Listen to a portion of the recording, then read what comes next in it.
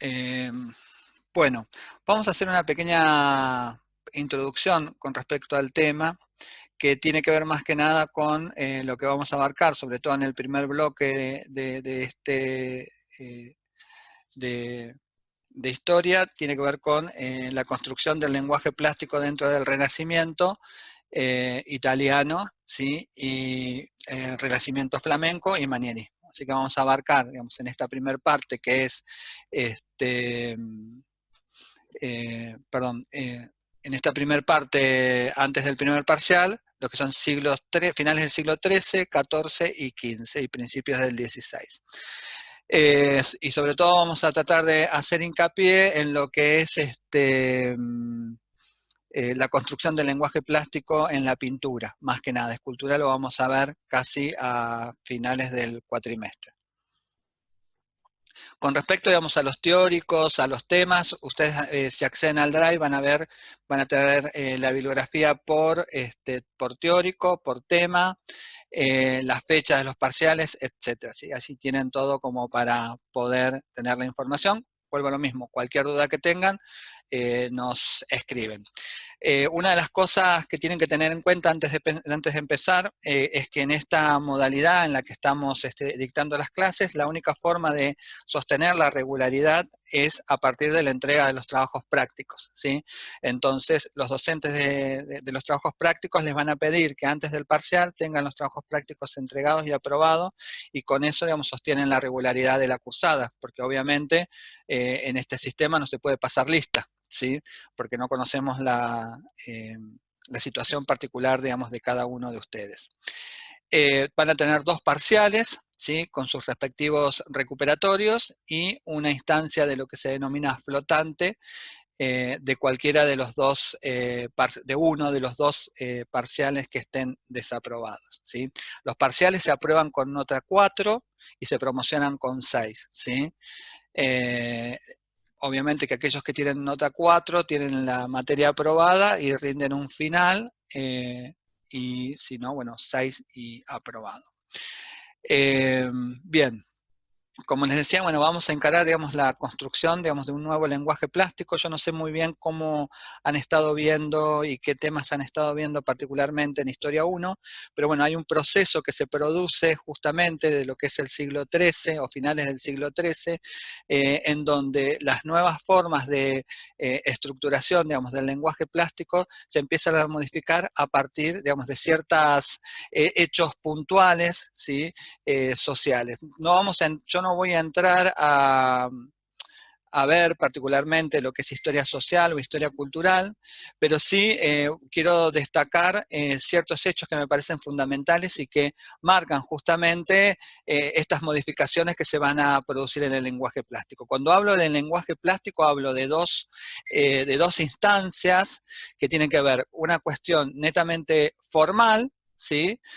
Una estructura formal que tiene que ver con el color, la composición, la representación del espacio, la representación de la figura humana, digamos, a eso, digamos, es un esquema y una estructura formal, y por otro lado vamos a ver cuestiones narrativas, ¿sí? El lenguaje plástico del Renacimiento, lo que se va a producir justamente es una modificación en esas dos estructuras, tanto narrativas como formales. Obviamente que las dos estructuras están totalmente vinculadas. En este teórico, digamos, lo que vamos a ver particularmente es cómo se empieza a estructurar, digamos, una nueva forma de relato, una nueva forma de relatar, una nueva forma, digamos, de contar ciertos temas que empiezan a aparecer dentro de la sociedad. Por eso decía, bueno, vamos a ver puntualmente que aparecen, digamos, un estamento social que es la burguesía, ¿sí? Que se diferencian de aquellos otros grupos que ya estaban presentes dentro de la Edad Media, que son aquellos que luchan, los que rezan, o sea, las órdenes religiosas, el clero, y los que trabajan la tierra. Entonces, más allá de estas tres instancias sociales que estaban presentes, aparece una nueva, que es la burguesía, y que está ligada justamente al comercio, ¿sí? Que no pertenece justamente a ninguna de estas nuevas formas. Esta burguesía que empieza a aparecer y que está ligada al comercio, tiene una nueva mentalidad y una nueva forma de conocer y de concebir el mundo. Y que rompe en cierta manera con lo que es la estructura teológica de ese grupo social religioso, y por otro lado concibe, digamos, una nueva forma estamentaria del mundo y una nueva forma, digamos, de vincularse.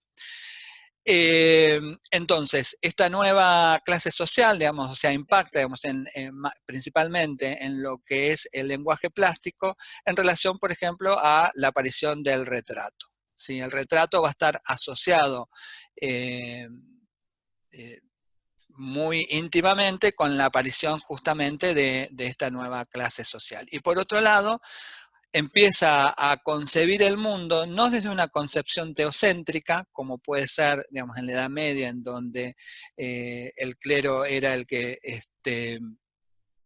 tenía una importancia y era el que, perdón, estaba admitiendo a alguien, de donde tenía el poder justamente de organizar la sociedad. Y empieza, digamos, a ver una visión mucho más antropocéntrica. O sea, Dios deja de estar en el centro, digamos, de la organización social, ¿sí? Sobre todo, digamos, desde el punto de vista de la burguesía, para tener una visión antropocéntrica en donde el hombre va a ser la medida de las cosas, ¿sí? El hombre va a estar en el centro. A mí me parece interesante pensar, digamos, justamente esta visión antropocéntrica, ¿por qué? Porque empieza a aparecer también un sentido, digamos, de lo que es el individuo, ya pensado, digamos, como ente autónomo del grupo social al que él pertenecía, por ejemplo, de los que trabajan la tierra, para concebirse a sí mismo como una individualidad. ¿Por qué es importante, digamos, pensar el sujeto de este periodo desde la individualidad? Porque lo que va a hacer en el lenguaje plástico es impactar justamente en la representación, por ejemplo, volumétrica e independiente del grupo a representar. Eso lo vamos a ir viendo después con ejemplos.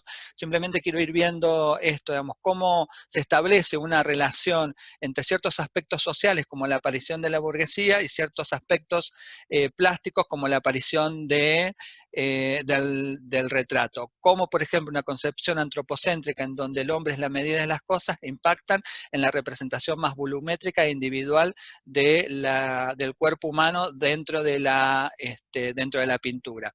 Sí, digamos, a mí me parece que estas relaciones son importantes poder entenderlas porque, por ejemplo, en esta nueva cosmovisión del mundo, en donde hay una nueva relación del hombre en la naturaleza, al caer las murallas de la ciudad, se extiende la visión más allá de esa propia muralla para empezar a concebir la naturaleza en una extensión mucho más amplia. Porque es importante también estas relaciones entre lo que es la percepción del mundo o de la naturaleza con la representación, porque justamente lo que se plantea es una visión más extendida que permite justamente generar dentro del campo plástico, por ejemplo, de una pintura, la representación, digamos, del infinito o de una línea de horizonte o del paisaje. La percepción, digamos, del sujeto en relación a la naturaleza me parece que es importante tenerla en cuenta. Cuando hablo de sujeto, no solamente hablo del individuo burgués, ¿sí? Que empieza a transitar las rutas comerciales, sino también del artista que empieza justamente a percibir la naturaleza desde otro lugar. Más que nada pensando que en esta época empiezan a aparecer también una cantidad de tratados, ¿sí? No solamente artísticos, sino herbarios, en donde se empieza justamente a describir en esos tratados, ¿sí? Minuciosamente las diferentes plantas, por ejemplo, que habitan. Entonces, hay como a mí me parece que es importante establecer, digamos, estas relaciones. Pero bueno, no me quiero ir demasiado. No, Gustavo, Sí. me están pidiendo por acá por el chat que podés ir con el relato un poquito más lento. Ah, sí, perdón. Una de las cosas que siempre aclaro es que yo hablo muy rápido. Siempre lo he hecho en los teóricos también presenciales, siempre aclaro porque para que, bueno, justamente me digan eso, me levantan la mano o me dicen un poco más despacio porque tiendo como, empiezo despacio, a hablar despacio, despacio y me empiezo a acelerar y bueno, termino hablando muy rápido. porque bueno, las ideas van más rápido que el lenguaje. Pero bueno, sí, perdón. Retomo, entonces. Pero yo también muchas veces vuelvo para atrás a retomar las ideas para poder explicarlas de otro punto de vista. Entonces tenemos una nueva cosmovisión del mundo, ¿sí? En donde lo antropocéntrico empieza a tener, o esta visión antropocéntrica empieza a tener, digamos, un eje principal en la vida social y artística de los sujetos del Renacimiento, y en esta nueva cosmovisión del mundo se empiezan a establecer nuevas relaciones, ¿sí? Entre lo que es el hombre y la naturaleza, en la forma de percibir, digamos, esa naturaleza, y que impacta justamente en la representación, por ejemplo, del espacio, en la representación de los detalles que va a haber más descriptivos dentro de esas pinturas, y en esta nueva relación del hombre y la naturaleza se empieza también a meter el artista, ¿sí? Con esta nueva forma de comprender la naturaleza. Y como decía, bueno, al tener una nueva vinculación con el mundo, hay que buscar nuevas formas de representación. Francastel dice que, si lo han leído, que en determinado momento hay un cúmulo de elementos o de nuevos temas que empiezan a aparecer y que esos motivos que ya pertenecían a épocas pasadas no son suficientes como para representar justamente esos nuevos temas, ¿sí? Por ejemplo, esta nueva forma de pensar el hombre dentro del mundo en su individualidad necesita, digamos, nuevas formas de representación para que, digamos, el hombre el sujeto que observa ese nuevo cuerpo entienda, digamos, esta nueva concepción. Entonces empieza como a buscar en elementos antiguos y en elementos nuevos para resignificarlos y poder establecer nuevos códigos que representen justamente esos nuevos temas. Y a partir justamente de esa nueva codificación, de esos nuevos temas, a partir de motivos formales particulares, es que empiezan a construirse nuevas formas de relato. Por ejemplo, si yo estoy percibiendo el espacio en una extensión y puedo ver la línea de horizonte, obviamente que las formas de representación bizantinas, en donde el muro estaba pintado de dorado y que no se representaba en la extensión, como artista, no me va a ser suficiente para poder representar esa nueva percepción que tengo de la naturaleza en su extensión. Entonces tengo que empezar a experimentar, a buscar y a transformar y a mutar esos nuevos motivos, esos viejos motivos artísticos en nuevos. Entonces empiezan a aparecer nuevos códigos de representación espacial, como puede ser la juxtaposición de figuras, como puede ser la perspectiva, etc. ¿Sí? Es como para poner un ejemplo. Si yo estoy pensando que el individuo y el sujeto es una unidad dentro y es una individualidad dentro de la masa social, obviamente que la superposición de figuras medievales no me va a ser suficiente como para poder presentar, digamos, esa nueva individualidad. Entonces voy a tener que buscar nuevos códigos de representación que pueden venir de la antigüedad clásica, que pueden venir del momento presente en el que están construyendo ese relato a partir, digamos, de la escultura, y empezar como a generar discursos nuevos y códigos nuevos que permitan justamente la representación volumétrica, que signifique justamente esa individualidad dentro del espacio infinito. Ahora, empezábamos, o por lo menos intentaba empezar el teórico tratando de pensar en en los nuevos aspectos narrativos. Todo sistema figurativo, o sea, toda pintura, ¿sí? Se construye, digamos, en la relación o en la conjunción de lo que es el espacio y el tiempo, y en lo que es la representación de una acción. Digamos, estas tres unidades aristotélicas de tiempo, espacio y acción. Toda obra de arte, digamos, se construye, digamos, en esa conjunción. Sobre todo, toda narrativa, ¿sí? Perdón, toda narrativa, ¿sí? Todo relato contiene justamente un tiempo y un espacio, una acción. Un tiempo puede ser un acontecimiento, puede ser un tema, un espacio puede ser un lugar, y una acción puede ser un tema particular que se esté tratando, ¿sí? En esta conjunción de estos tres elementos, digamos, se construye, digamos, la idea de unidad narrativa. Entonces va a haber una nueva forma de narrar. Esta nueva forma de narrar tiene que ver también con las nuevas funciones de la obra de arte. ¿Cuál va a ser la nueva función? ¿Sí? Decíamos que, si bien deja de ser teocéntrica, no deja de ser una cultura cristiana. ¿sí? No deja de ser una cultura cristiana, no deja de ser una cultura religiosa. Lo que no tiene justamente es el poder de la iglesia, generando justamente políticas que gobiernen directamente, por lo menos, el periodo. Empiezan a aparecer los príncipes, ¿sí? Los príncipes, las ciudades-estados, que corren del lugar, digamos, la iglesia dentro del poder y empiezan a aparecer otras figuras. Entonces, dentro de estas narrativas que se producen, los nuevos relatos religiosos, siempre van a estar dentro de lo que es la temática religiosa y en todo caso van a aparecer nuevas temáticas ligadas, digamos, al ámbito, digamos, de lo mitológico. ¿Cuál es la nueva función de la obra de arte en este contexto? Tiene que ver justamente con producir una comunicación afectiva concreta, ¿sí? De ese mundo invisible religioso a un grupo social determinado que puede ser, por ejemplo, estos habitantes de las ciudades-estados o estos campesinos. Entonces, la función al transmitir esta comunicación afectiva que produce, digamos, un sentimiento particular en aquel que la observa, tiene que tener una función de imagen piadosa. ¿Sí? No debe convertirse, digamos, en una imagen,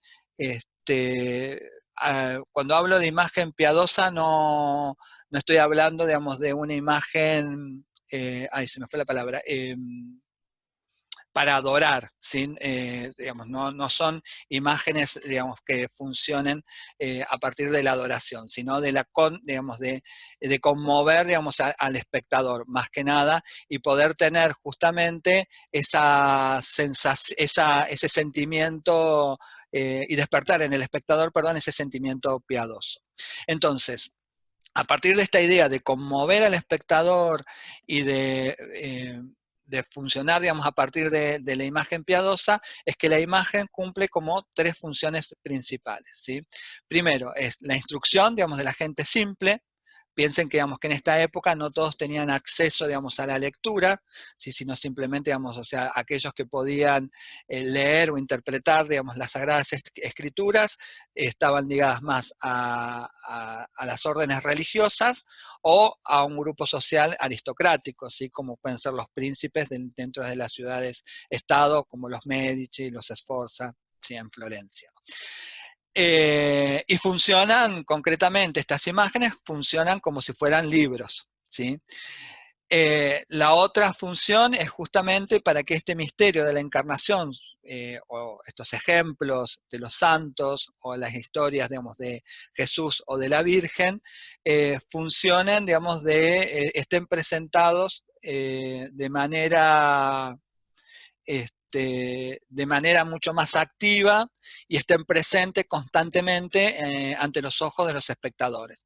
Sobre todo porque eran imágenes que estaban pintadas en los frescos dentro de las iglesias y muchas veces dentro de los frescos dentro de los palacios. Entonces es una imagen que circula constantemente y que está presente de manera activa como ejemplo moral, ¿sí? Más allá, digamos, de ser un elemento de instrucción, también es un ejemplo moral. La pintura, digamos, en cierto modo termina siendo doctrinaria, ¿sí? Y termina justamente estableciendo la moral de la época. Y por otro lado, digamos, esta imagen que conmueve y que está presente tiene que tener justamente estos sentimientos de devoción que son despertados afectivamente y efectivamente a partir, digamos, de lo que se ve. Entonces estamos ante una cultura que es netamente visual, ¿sí?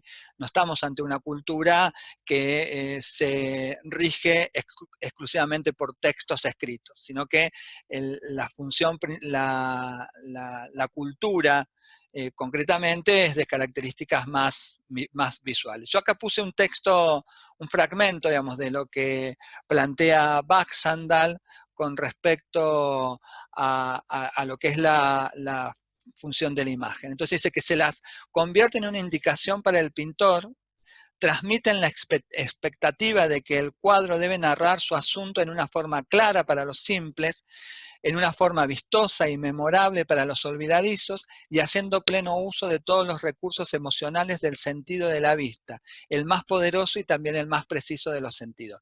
Todas estas indicaciones que plantea Baxandal están tomadas justamente de los tratados religiosos del período, ¿sí? No son solamente interpretaciones, se empiezan a establecer vinculaciones entre no solamente entre la Biblia y la pintura, sino también entre los tratados religiosos que empiezan a circular para poder justamente establecer esas pautas claras y concretas de la función de la pintura, ¿sí? No hay una búsqueda estética o del placer solamente estético, sino que la pintura tiene que cumplir una función muy concreta, ¿sí? No tiene que alejarse justamente de esa función. Una de las cosas que se plantea justamente, y por eso también Baxandal pone este ejemplo de el cortejo de los Reyes Magos de Fabriano de Gentile, perdón, de Gentile da Fabriano, es justamente esa idea de que en esta imagen no está presente, digamos, lo simple.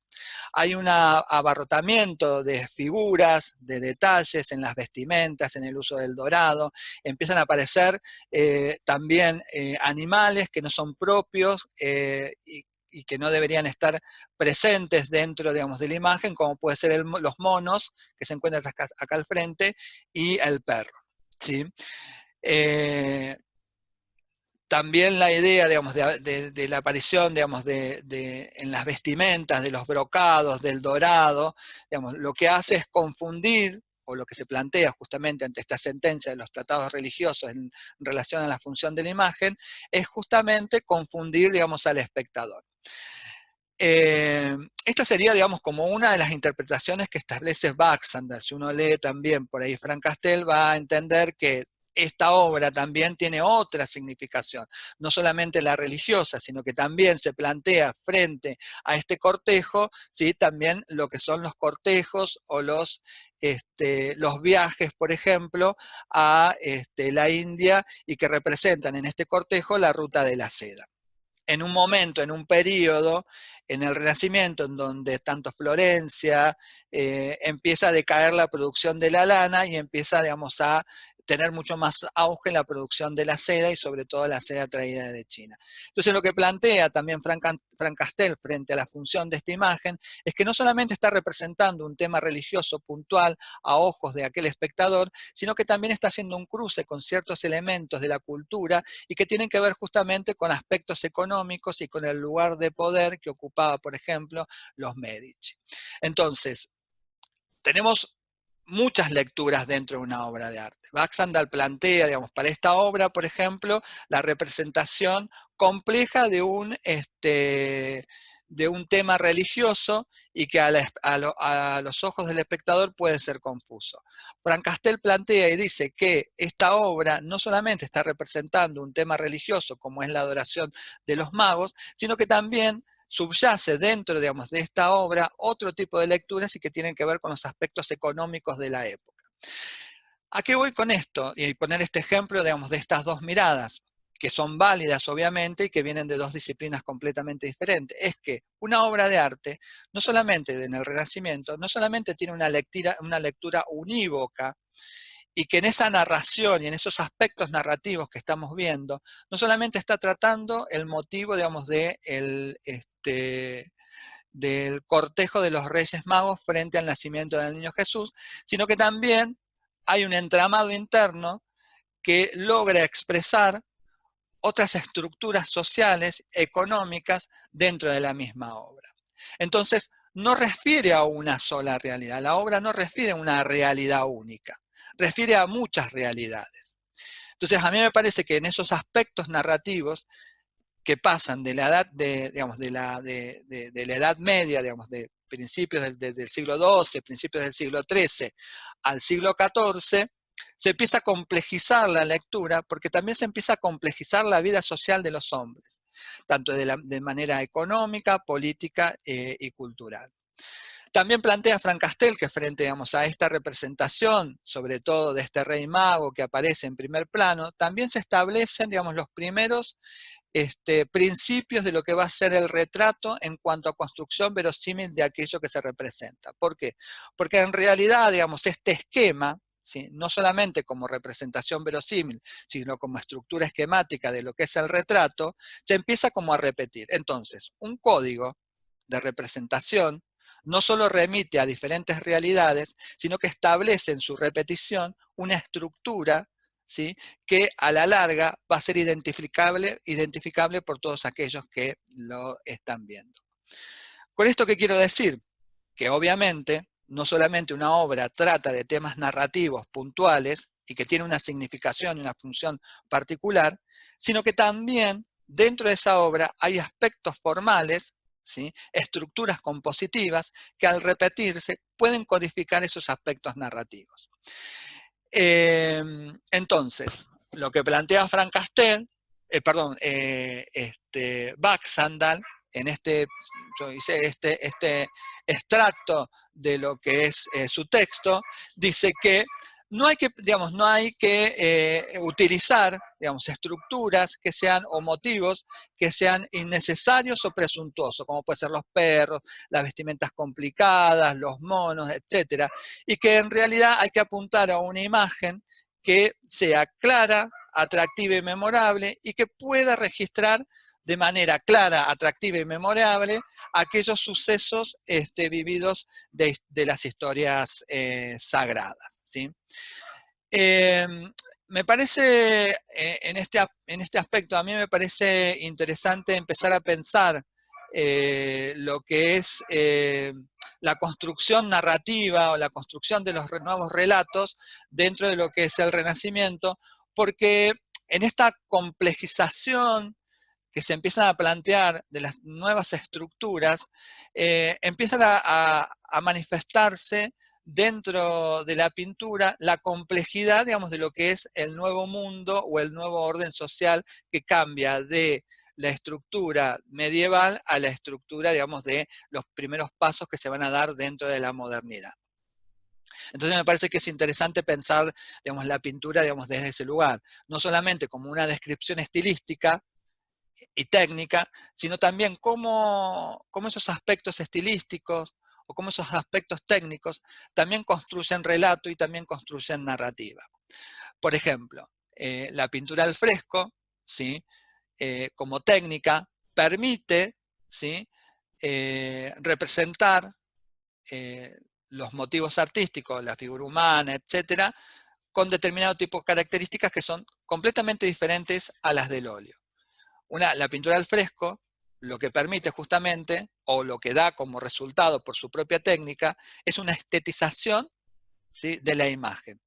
No permite, digamos, o sea, por su misma técnica, ¿sí?, entrar, digamos, en los detalles muy específicos. Entonces no termina siendo una imagen netamente descriptiva. Es una imagen verosímil.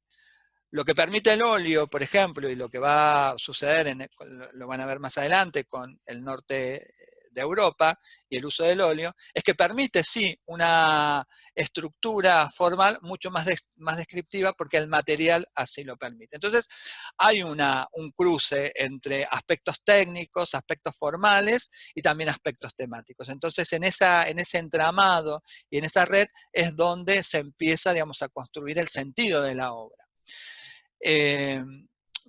A mí me gustaría pensarlo también, esto es una opinión personal, digamos, en que la obra construye sentido más que comunica.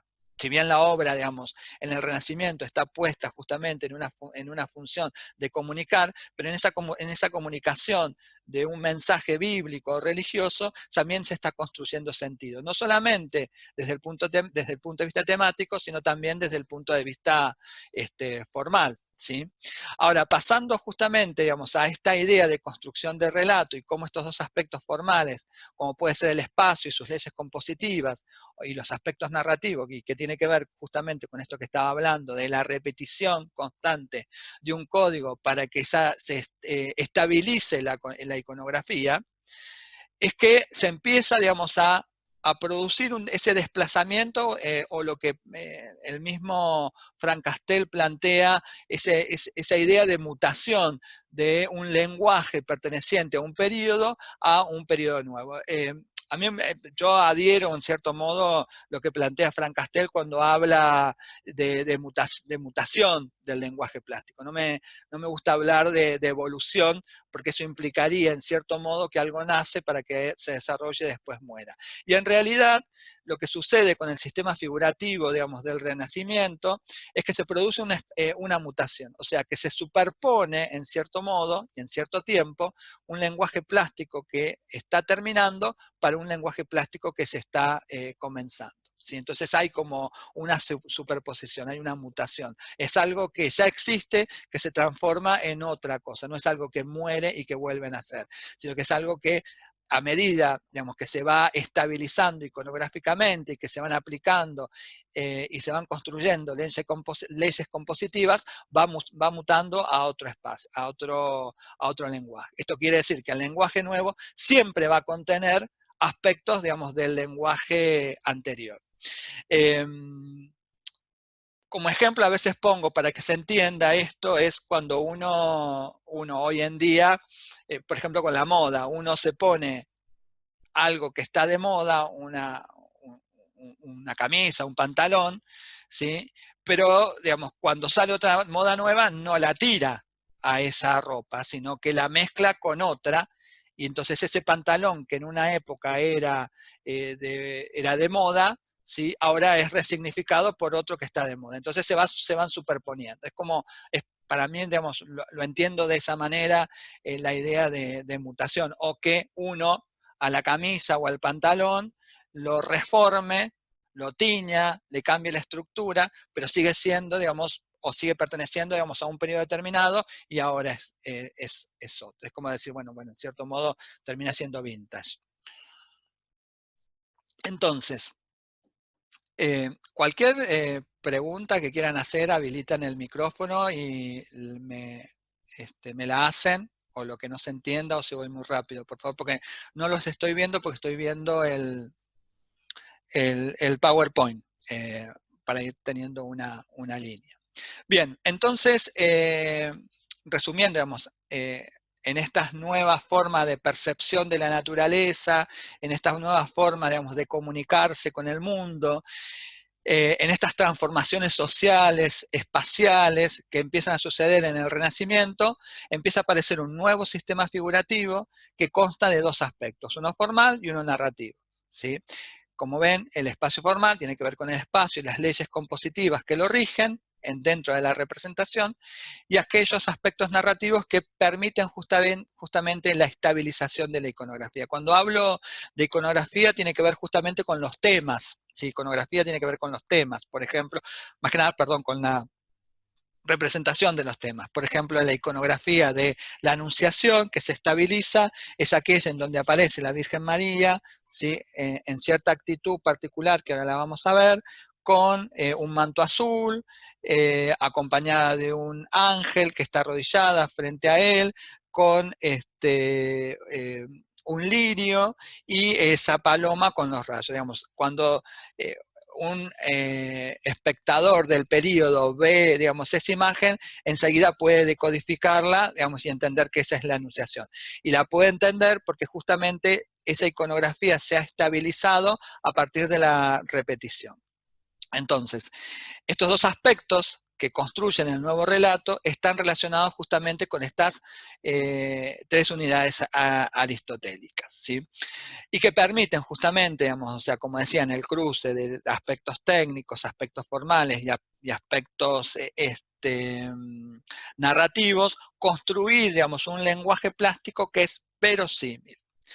Me parece que es importante también hacer hincapié, digamos, en esta palabra, digamos, en la palabra, en el concepto de verosimilitud. Digamos, esta imagen como veíamos, por ejemplo, del cortejo de los Reyes Magos, es una imagen verosímil. ¿Por qué digo verosímil? Porque es una construcción simbólica de un periodo determinado en donde en esa imagen se establecen cruces que no tienen que ver solamente con las cosas vistas, sino también con las cosas eh, que están en el plano de lo imaginario.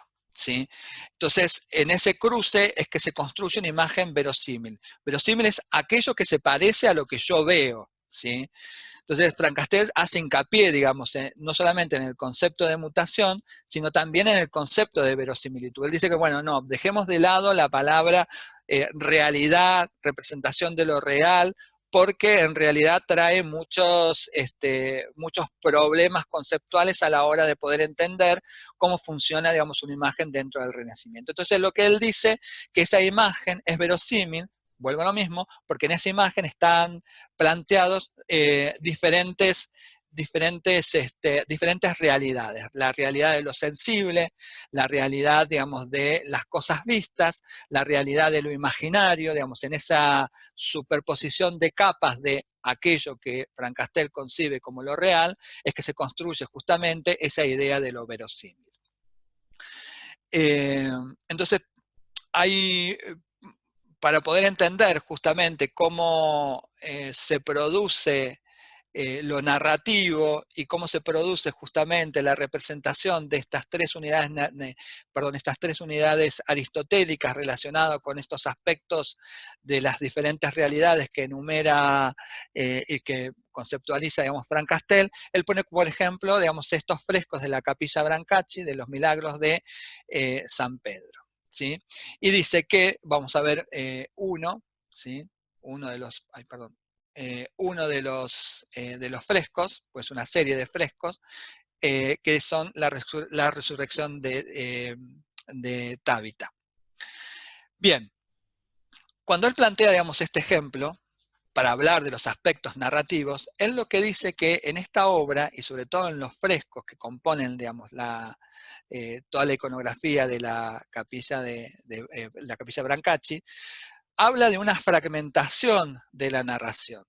Y establece una relación, por ejemplo, con las mansiones teatrales de la Edad Media.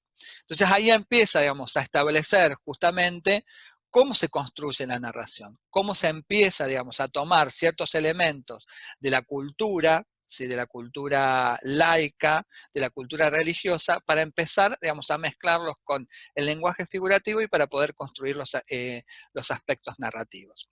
¿Por qué él establece, digamos, esta primera relación para poder entender la unidad narrativa con el teatro? Porque él dice, digamos, que cuando se relataban estos hechos bíblicos de manera popular, más ligadas a las fiestas populares, por ejemplo, por fuera de la iglesia, lo que estaba acostumbrado a ver la gente eran estas representaciones a partir de carros. ¿Sí? Las mansiones teatrales de la Edad Media, son una serie de carros que se ponían en la plaza central, una al lado de la otra, y en cada uno de esos carros se representaban un hecho particular de la vida de alguien.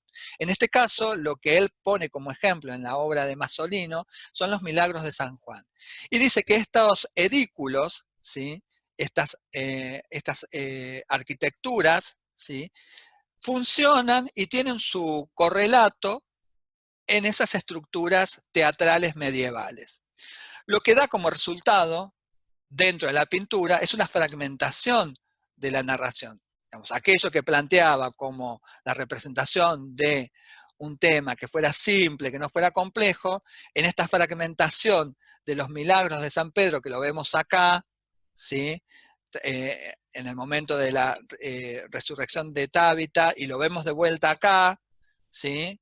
en el momento de la limosna, digamos, este San Pedro y este San Pedro, digamos, en dos momentos diferentes representados en un mismo espacio. Entonces, ahí lo que vemos es que no existe unidad narrativa. ¿Por qué? Porque no hay unidad de acción.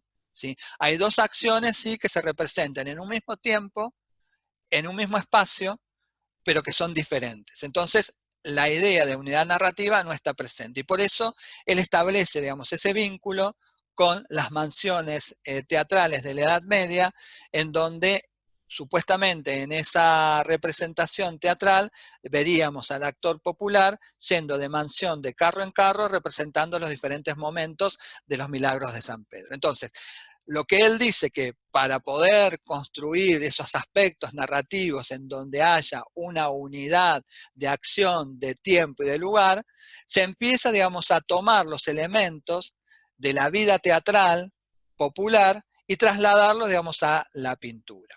Lo que logra Masolino en estos frescos es simplemente establecer una unidad de espacio, no solamente vivido, percibido, sino también pictórico, para representar dos hechos en un mismo lugar y en un mismo espacio de los milagros de San Pedro.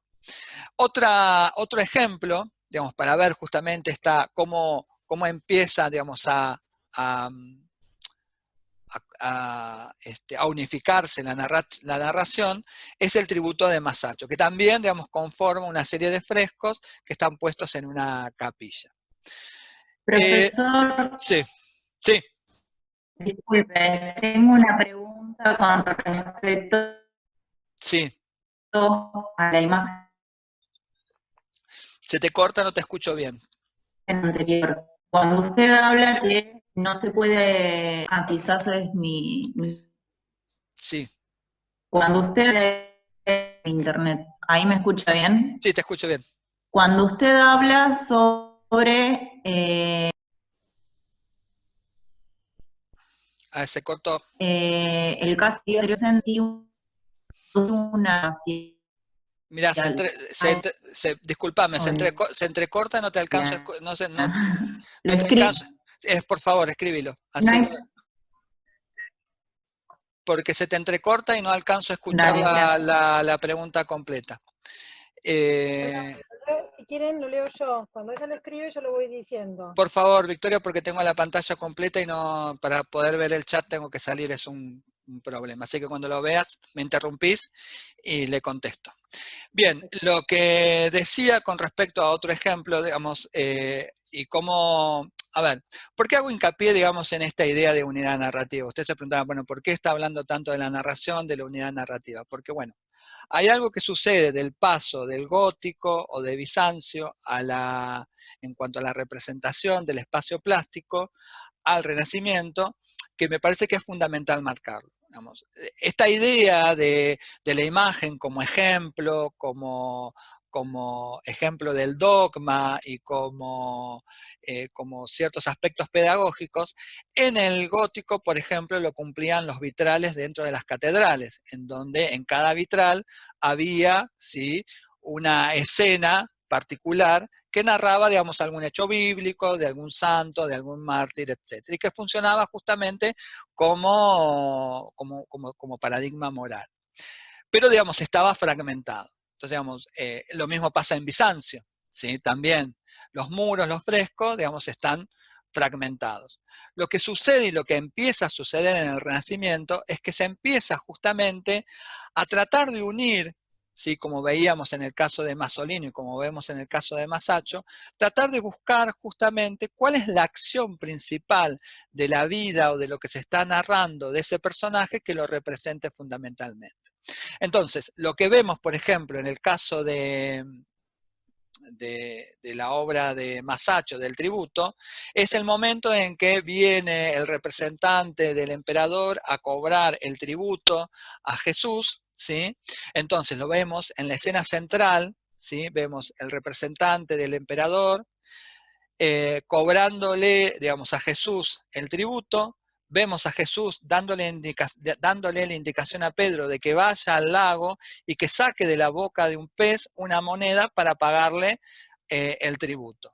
¿Sí? Entonces lo vemos al representante cobrándole el tributo a Jesús en el mismo espacio, en el mismo lugar, dándole la indicación a Pedro de que vaya al lago, a Pedro inclinado en la orilla del lago, tomando un pez, sacando, digamos, la moneda de la boca, y lo vemos después a Pedro pagando el tributo. Entonces, acá no podemos hablar de una unidad narrativa, ¿sí? Lo que podemos hablar es de una unidad de espacio. Entonces, lo primero que sucede para conseguir justamente esta unidad narrativa es tratar de sintetizar y unificar el espacio, ¿sí? Perdón, Entonces, sí, por favor. Acá te leo lo que me dice sí. la compañera Jessica. Dice, usted dice que no hay unidad de acción, pero sí espacial. Si la pintura habla de los milagros de San Pedro, ¿no puede aún hablar de unidad de acción cuando ambas acciones están representadas en un mismo espacio? Una unidad de acción quizás no explícita. Sí, digamos, si lo tomo de esa manera, digamos, a ver, hoy en día podemos hablar de lo explícito y de lo no explícito en la representación de ciertos temas. Obvio, más vale, pero es con una mirada contemporánea. Volvemos a lo mismo, pensemos en la función de la imagen dentro del Renacimiento. Si la imagen tiene que ser clara, si la imagen tiene que ser simple, si la imagen tiene que ser pedagógica y tiene que funcionar como algo moral, no, digamos, el pintor no va a dar por sentado y los tratados religiosos no van a dar por sentado que dentro de esa imagen va a haber cosas que están implícitas o cosas que están explícitas. Se trata justamente de explicitar todo de manera clara para que la imagen funcione como algo pedagógico. Ahora, yo, digamos, en cierto modo decir, bueno, sí, mirá, hay unidad, digamos, en los milagros, vuelvo al anterior. Sí, bueno, hay unidad, digamos, de acción, porque está, digamos, si yo lo pienso de manera general, el tema es el mismo, ¿sí? El tema es el mismo, son los milagros de San Pedro. No importa si San Pedro está acá y después está acá y después está en el fondo y acá está haciendo un milagro y acá está haciendo otro milagro y ya está haciendo el otro, porque en realidad, digamos, el tema es el mismo, entonces hay una unidad temática y en todo caso habría una unidad de acción.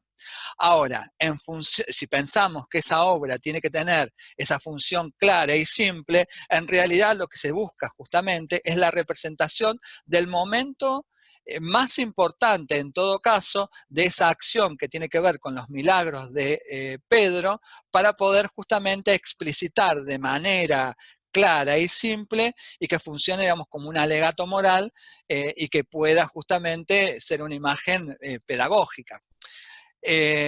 Por otro lado, me dice, bueno, pero también, digamos, hay una unidad, digamos, de espacio. Sí, hay unidad de espacio porque todo transcurre en esta ciudad construida con reminiscencias clásicas. Y que por otro lado también tiene, digamos, clásicas por estas especies de columnas cuadradas, medievales por, digamos, estas construcciones que están en el fondo. Pero, digamos, no termina justamente de construir un espacio que esté, un espacio único, que esté relacionado con esa única acción. Sí, vuelvo a lo mismo, sí, podemos pensar, digamos, que también en el tributo, digamos, todo lo que se está narrando como en una especie de secuencia de cómics unido y de diferentes viñetas unidas, están relacionados y por eso tiene unidad de acción. Ahora, en cuanto a cómo se va desarrollando el sistema figurativo, en cómo se va desarrollando y en qué función va cumpliendo, lo que se tiende justamente es a unificar, digamos, el relato de tal manera que se pueda comprender lo que se está viendo. En cierto modo, vuelvo a la obra de Gentile da Fabriano, en donde Baxandall, a partir de los tratados religiosos de la época, dice, bueno, no, esta obra es demasiado compleja, tiene demasiados elementos que dificultan la lectura y que funcione como un alegato moral, pedagógico y que pueda conmover. ¿Por qué? Porque, bueno, hay oro, hay muchas vestimentas que están puestas de manera ostentosa, hay demasiados personajes, hay demasiados animales que no deberían estar en una escena religiosa. Entonces, todos estos elementos que se empiezan como a establecer a partir de tratados y a partir de indicaciones precisas en relación al comitente, tienden justamente a que el camino vaya hacia una unificación narrativa y por otro lado a que la obra cumpla, digamos, a que vaya para ese lugar narrativo y que también se estabilice de manera concreta la iconografía, ¿sí? Y que se codifique para que pueda ser leída, ¿sí? No sé si contesto la pregunta. pero bueno, en cierto modo puede ser que tengas razón desde una, si querés, desde una visión mucho más contemporánea, pero no desde la función que cumple la imagen dentro del periodo. Bien, entonces, retomando un poco lo que estabas planteando con respecto, digamos, a esa idea de la unidad de acción, acá tenemos definiciones que permiten justamente comprender un poco más lo que es esa unidad narrativa. ¿Qué significa unidad de acción? Que la obra debe seguir el curso de una acción principal, sin desviarse en acciones secundarias, esto es, debe contar una sola historia. O sea, si yo estoy contando que Jesús va a hacer un milagro, ¿sí?, de sacar el pez de la boca para pagar, digamos, el tributo, debería centrarse justamente en esa acción de mostrar el milagro y no ver cómo Pedro va dentro del mismo plano plástico, yendo de un lugar a otro para pagar el tributo, porque en realidad lo que se muestra ahí no es el pago del tributo, o el sentido de la obra no tiene que ver con el pago del tributo, sino con el milagro que hace Jesús para pagar el tributo. Entonces ahí habría que establecer cuál sería esa única acción principal para poder lograr, digamos, la unidad narrativa. Ahora, en cuanto a la unidad de tiempo, tiene que ver que la acción no debe transcurrir en un tiempo superior a las 24 horas y debe ser lineal, sin anacronías. Que no debe haber saltos temporales, esto es que representan algo que está antes, algo que está después. Voy a volver a la imagen. En todo caso, lo que vemos acá, hay ciertos saltos que son, si bien mínimos, temporales, que van, digamos, hacia el futuro, ¿sí?, hacia el pasado y hacia otra temporalidad. Entonces hay una fragmentación en la narración, ¿sí? Y la repetición iconográfica de Pedro en cuanto a cómo está vestido y cómo está representado también puede llegar en la lectura, digamos, a ser complejo en su decodificación. Y en cuanto a la unidad del lugar, la obra debe representarse en un espacio físico único sin intentar comprimir la geografía representada a más de un lugar. ¿Sí? En los dos ejemplos lo que vemos, ¿sí?, es que uno de los primeros pasos para poder lograr esta unidad narrativa es comprimir el espacio, digamos, a un lugar físico único, que es en este caso es esta ciudad y en este caso, digamos, es las afueras, digamos, de también esta ciudad. En ambos casos, digamos, la búsqueda tiene que ver justamente con poder representar, digamos, esta unidad de acción de manera mucho más clara, que permita justamente una decodificación de lo temático, mucho más simple y que permita, digamos, la decodificación de lo temático de manera mucho más clara. Esto es en cuanto, digamos, a una cuestión conceptual, ¿sí?, de cómo lograr la unidad narrativa. ¿Sí? Entonces hablábamos de que la unidad narrativa se logra a partir, digamos, de respetar, digamos, estas tres unidades aristotélicas para poder contar un hecho de manera clara, simple, sencilla y que cumple esa función pedagógica y piadosa. Ahora, en cuanto a la estabilización, digamos, de la iconografía, que es otro de los problemas que se intenta solucionar dentro del Renacimiento, y que tiene que ver no solamente con la estabilización, sino también con la posibilidad de poder decodificarlo y leer, digamos, esa imagen. Baxandall plantea justamente un proceso de codificación al establecer una relación con otros elementos, digamos, de la cultura. ¿Sí? Entonces establece, digamos, que hay como un depósito de categorías y métodos que le permiten al espectador inferir.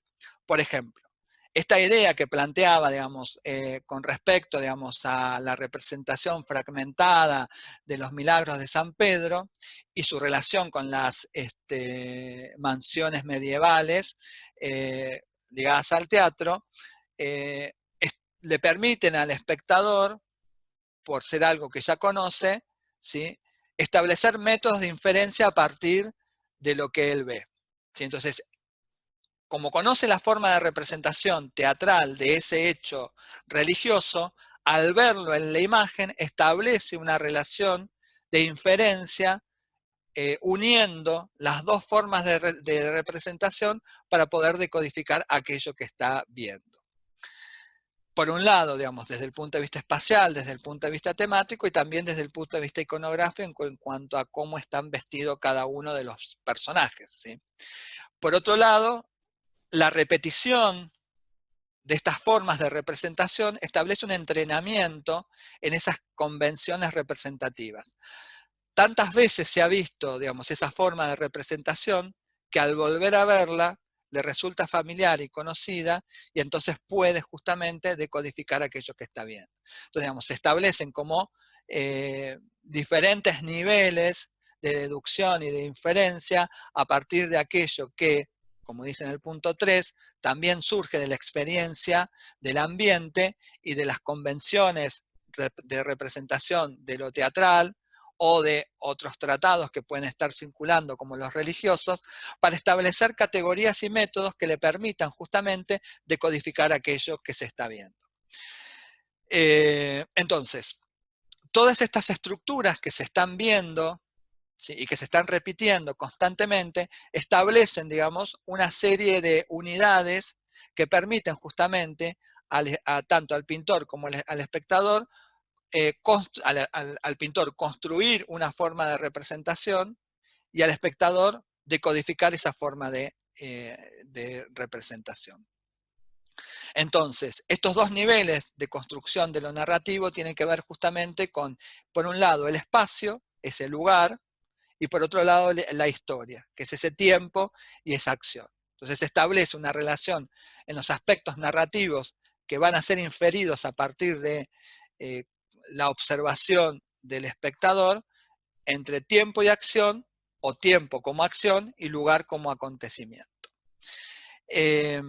Yo sé que por ahí es como un poco complejo, digamos, lo que estamos viendo y que por un primer acercamiento que tienen, pero bueno, a mí me interesa mucho pensar la obra del Renacimiento desde este lugar, ¿no? Es decir, cómo, bueno, ciertas estructuras cognitivas que pertenecen a los espectadores han sido codificadas de determinada manera y y circulan dentro de la cultura de tal manera que terminan construyendo un lenguaje que les permite, digamos, a los habitantes de ese periodo poder codificar y decodificar y comunicar ciertos aspectos culturales.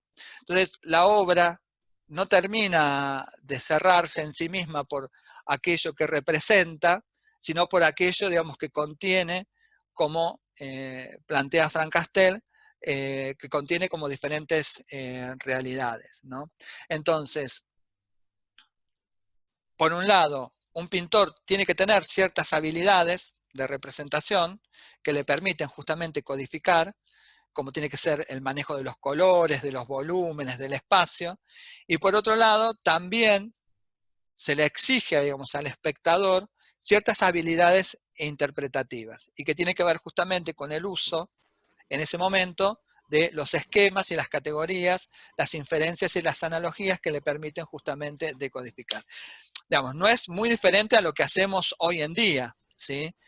La diferencia está en que hoy en día, en el caso de ustedes y nosotros que estamos dentro de una carrera de artes, estamos mucho más en contacto justamente con una cantidad de material que nos permite justamente no solamente construir un sistema de representación particular, sino también acercarnos a ese sistema de representación desde otro lugar.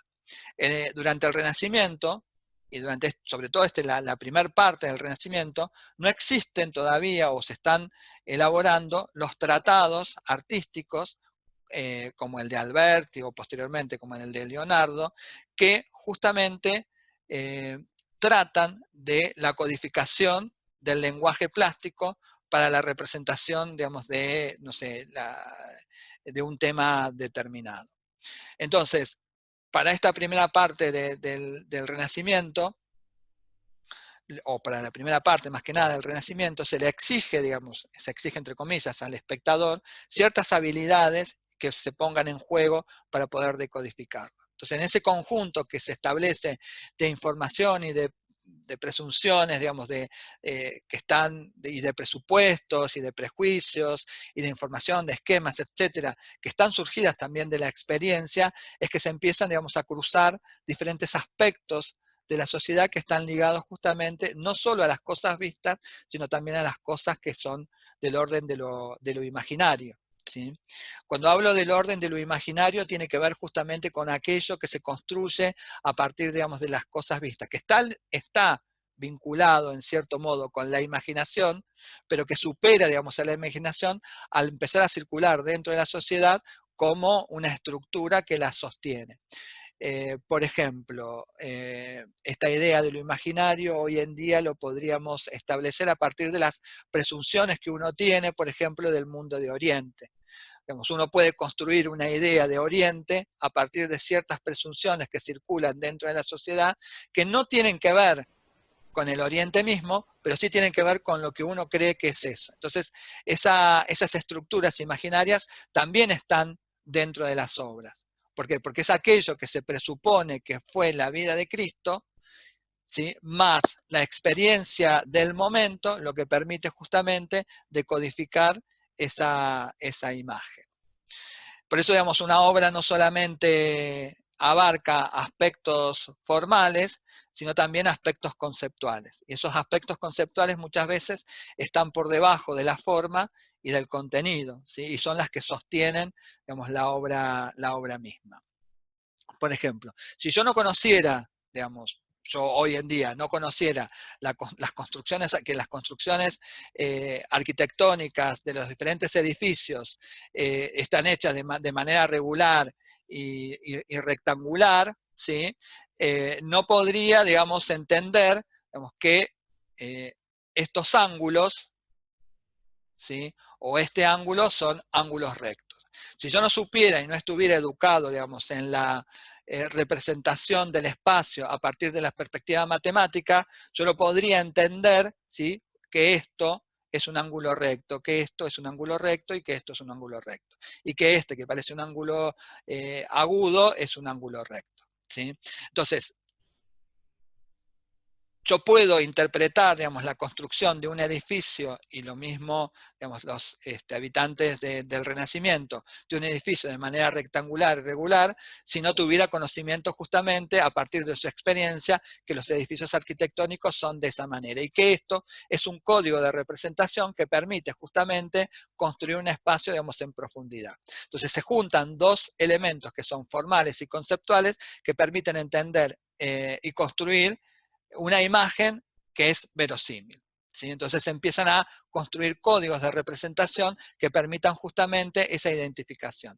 Lo mismo pasa con el conocimiento de la historia de la Anunciación, ¿sí?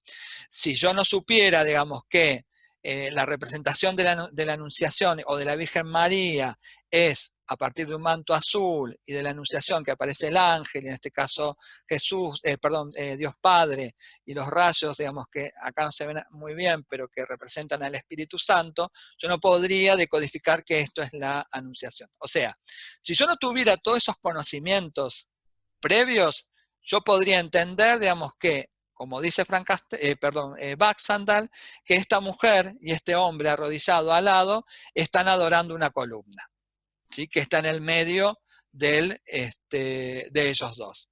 Pero como yo tengo todo un conocimiento previo de la historia, de la Anunciación, de la forma de representación, inmediatamente, digamos, yo infiero a partir de mis estructuras de conocimiento que lo que estoy presente, digamos, ante la Anunciación. Lo mismo digo, bueno, yo sé que este personaje que está puesto sobre estas nubes es Dios Padre.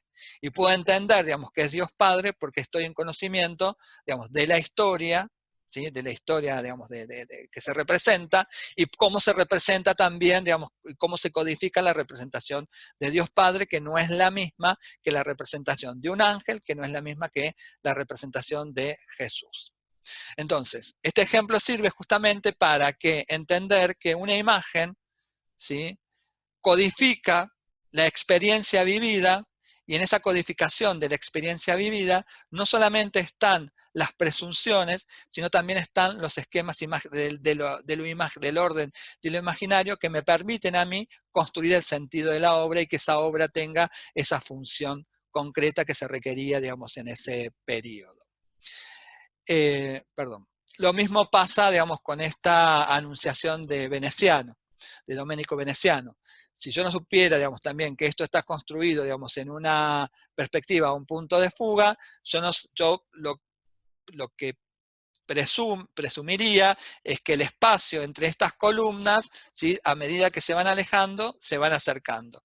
Y yo sé, digamos, que al estar construido de manera, con la perspectiva matemática, sé que los intersticios entre las columnas, digamos, conservan, digamos, la misma medida, ¿sí? Pero para dar esa sensación de profundidad, lo que sucede es que a medida que se van alejando, los objetos se van acercando para producir mayor profundidad, ¿sí? Lo mismo sucede, digamos, con la representación, digamos, de la transfiguración. Voy a ir un poco más rápido, ¿sí? A saltear, digamos, esta parte, así, pues si no, no vamos a llegar a dar todo. Otro ejemplo que pone justamente con la codificación de la imagen, ¿sí?, y cómo, digamos, se va complejizando, digamos, esa codificación a partir, digamos, del gesto, ¿sí?, y a partir del sermón, tiene que ver justamente con la representación, digamos, de la anunciación. Entonces hay una serie de tratados, un tratado y cómo predicaba, digamos, este fraile popular, ¿sí?, acerca de cómo construía la idea, digamos, de la representación de la anunciación. Entonces decía, bueno, que hay diferentes formas en que se presenta, digamos, la Virgen María frente al hecho de la anunciación y que tienen que ver con justamente cómo codificar. Entonces establece, dice que, bueno, perdón, ¿no?, que hay, por un lado está el saludo angélico, el coloquio angélico, ¿sí?, y bueno, y que a partir, digamos, de esa estructura, digamos, que está basada, digamos, en el sermón y en el tratado, se empiezan, digamos, a representar diferentes momentos de esa anunciación. Entonces dice, bueno, el primer momento tiene que ver con la inquietud. Es este momento en donde, ¿sí?, el arcángel se presenta frente a la Virgen María y produce, digamos, esta sensación de inquietud. Entonces, lo que vamos a ver es cómo el gesto aparece para generar justamente, digamos, esa intención de inquietud. Después dice que otro paso, digamos, de la representación tiene que ver con la reflexión. Cuando después de haberse presentado el arcángel Gabriel, produce, digamos, esta sensación de inquietud, llega un segundo momento en la Virgen María que tiene que ver con la reflexión al hacerle, digamos, el arcángel, digamos, el anuncio. Si se fijan, hay una estabilización de la iconografía en donde siempre aparece la estructura codificada iconográfica de la misma manera, ¿sí? El lirio, ¿sí?, la Virgen con el manto, el arcángel, ¿sí?, la paloma, el lirio, el manto azul, ¿sí? En la siguiente aparece el momento de la interrogación, ¿sí? Después el momento de la sumisión, donde, digamos, la Virgen María acepta ser la madre del Hijo de Dios, ¿sí? Entonces, digamos, hay como diferentes momentos, y esos diferentes momentos tienen que ver justamente con las diferentes formas de expresión del gesto y de representación de ese gesto que permiten justamente la decodificación. Entonces, lo que estamos viendo es cómo, a partir de diferentes capas, se empieza, digamos, a construir la unidad narrativa, y no solamente la unidad narrativa, sino también la estabilización de la iconografía y la forma, digamos, expresiva del gesto, para poder justamente comunicar de manera clara ese momento. Ahora, ¿cómo se establece justamente esa idea de representación clara, no solamente de la unidad de espacio, tiempo, acción, sino también del gesto expresivo? Tiene que ver justamente con la relación que establece Baxandall a partir, digamos, de ciertos aspectos, digamos, de la cultura. Por un lado, tiene que ver con, él lo plantea con la idea del cuerpo y su lenguaje, y lo divide, digamos, en el gesto sagrado y el gesto secular, y cómo se vincula justamente con los tratados de la época de buen comportamiento.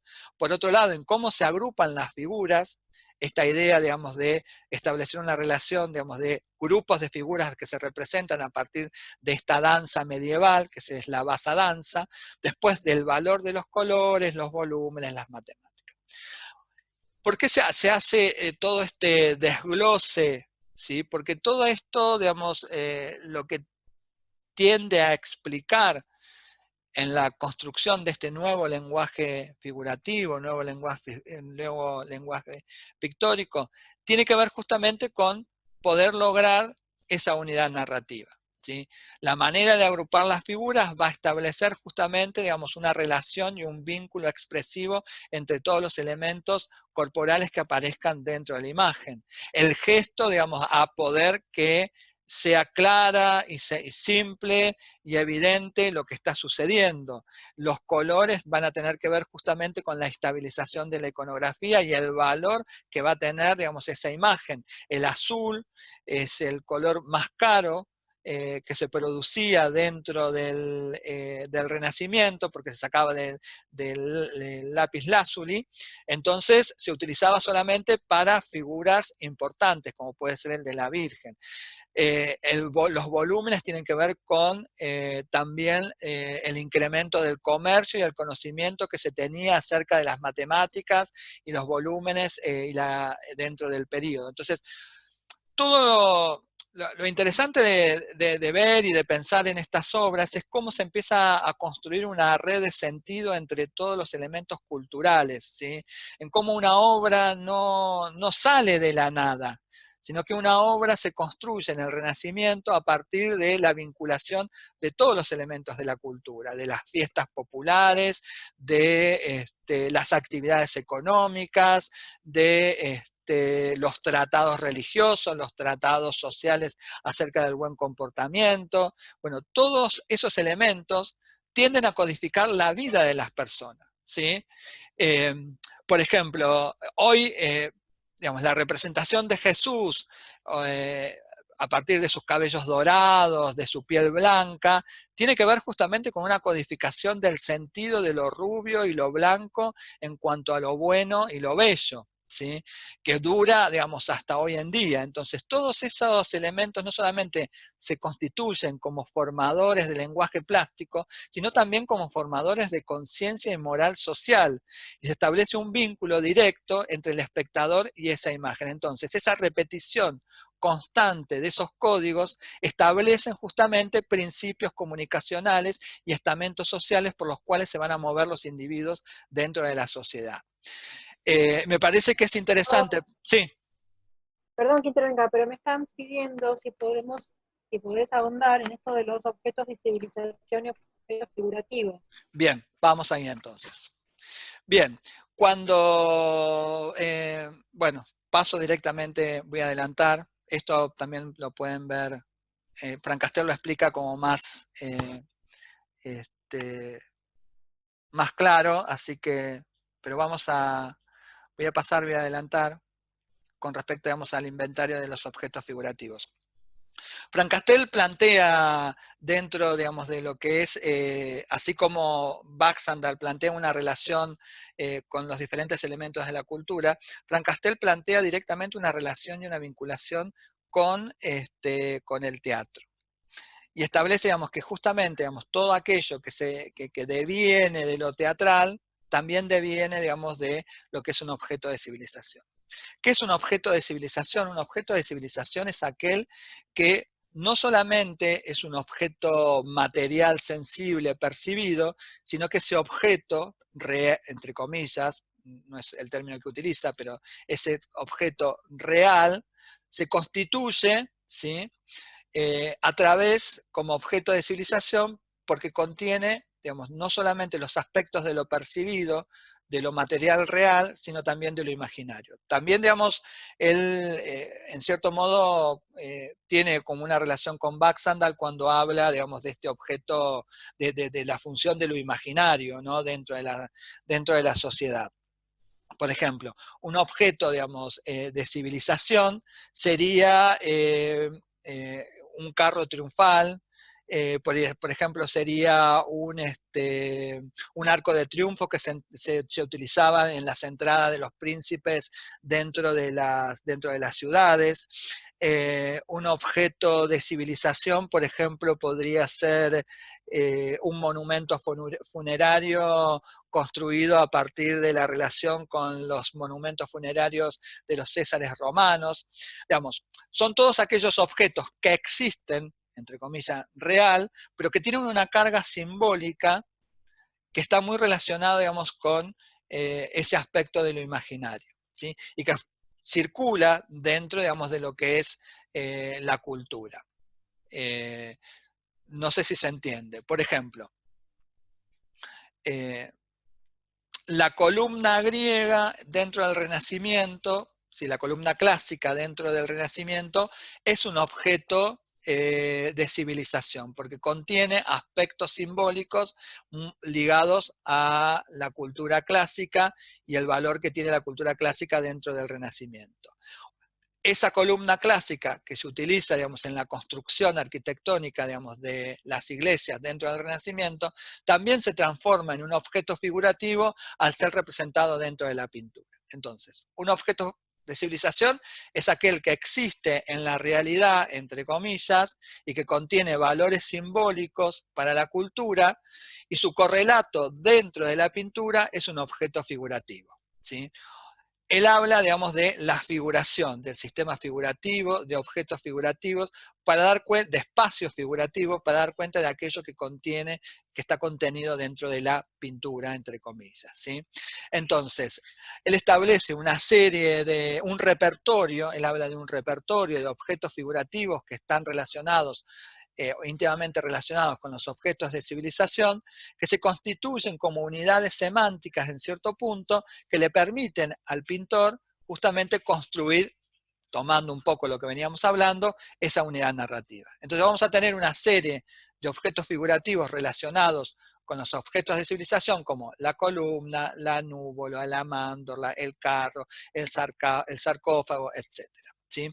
Todos estos diferentes objetos son repertorio de elementos que tienen su correlato, digamos, en la cultura, pero también tienen su correlato, digamos, en establecen una relación entre pintura y sociedad, ¿sí?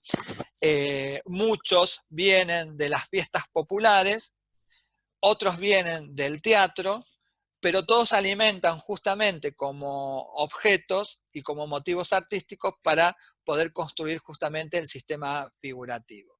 Entonces, esta imagen, que es la parte trasera del díptico de los duques de Urbino, representa justamente el carro como objeto figurativo que tiene su correlato, como decía,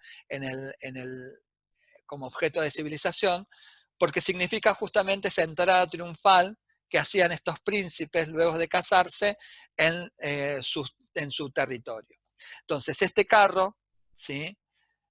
Tiene, digamos, su correlato justamente en ese objeto figurativo de las entradas triunfales y es tomado y transformado en un objeto figurativo para justamente construir esta idea de poder del duque sobre su territorio. Otro objeto, digamos, figurativo, digamos, es la mándorla, ¿sí? Esta mándorla, digamos, también se utilizaba no solamente en las representaciones teatrales, sino también en las procesiones que se hacían por las calles, digamos, de las ciudades, en donde se construía, digamos, la mandorla, digamos, es esta forma de, mandorla es avellana en italiano, ¿sí? Es esta forma, digamos, de avellana que contiene justamente a su alrededor, digamos, estos ángeles. Entonces, se toma, digamos, este objeto de civilización que circulaba, digamos, dentro de las procesiones, y como es un objeto conocido, se lo traslada, digamos, a la pintura para que sea fácilmente reconocible. Entonces, así como Baxter establecía también, digamos, estructuras de inferencia, etcétera, para poder codificar y decodificar, digamos, la imagen, Francastel habla exactamente más o menos de lo mismo, pero él hace hincapié justamente y los nombra como objetos figurativos, objetos de civilización, como este repertorio de motivos que le permite construir, digamos, esa unidad narrativa o ese discurso o ese relato ligado, digamos, a lo religioso. A mí me interesa, digamos, o sea, particularmente que se entienda que no, la pintura del Renacimiento no nace de un día para el otro. No es que un día, digamos, los pintores se levantaron y dijeron, bueno, hoy somos del Renacimiento, bueno, vamos a construir una nueva forma de pintar porque hay nuevos temas y nuevos problemas para representar.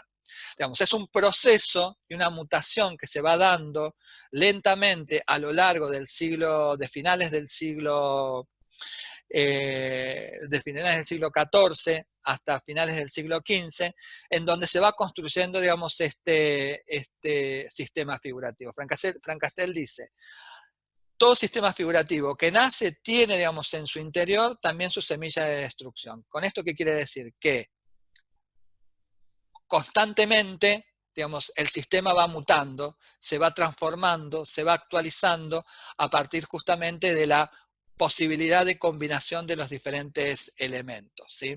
Entonces, esta mandorla, digamos, empieza a aparecer como objeto figurativo en las diferentes formas, ¿sí? Por ejemplo, digamos, esta nube, ¿sí? Con estos angelitos, ¿sí?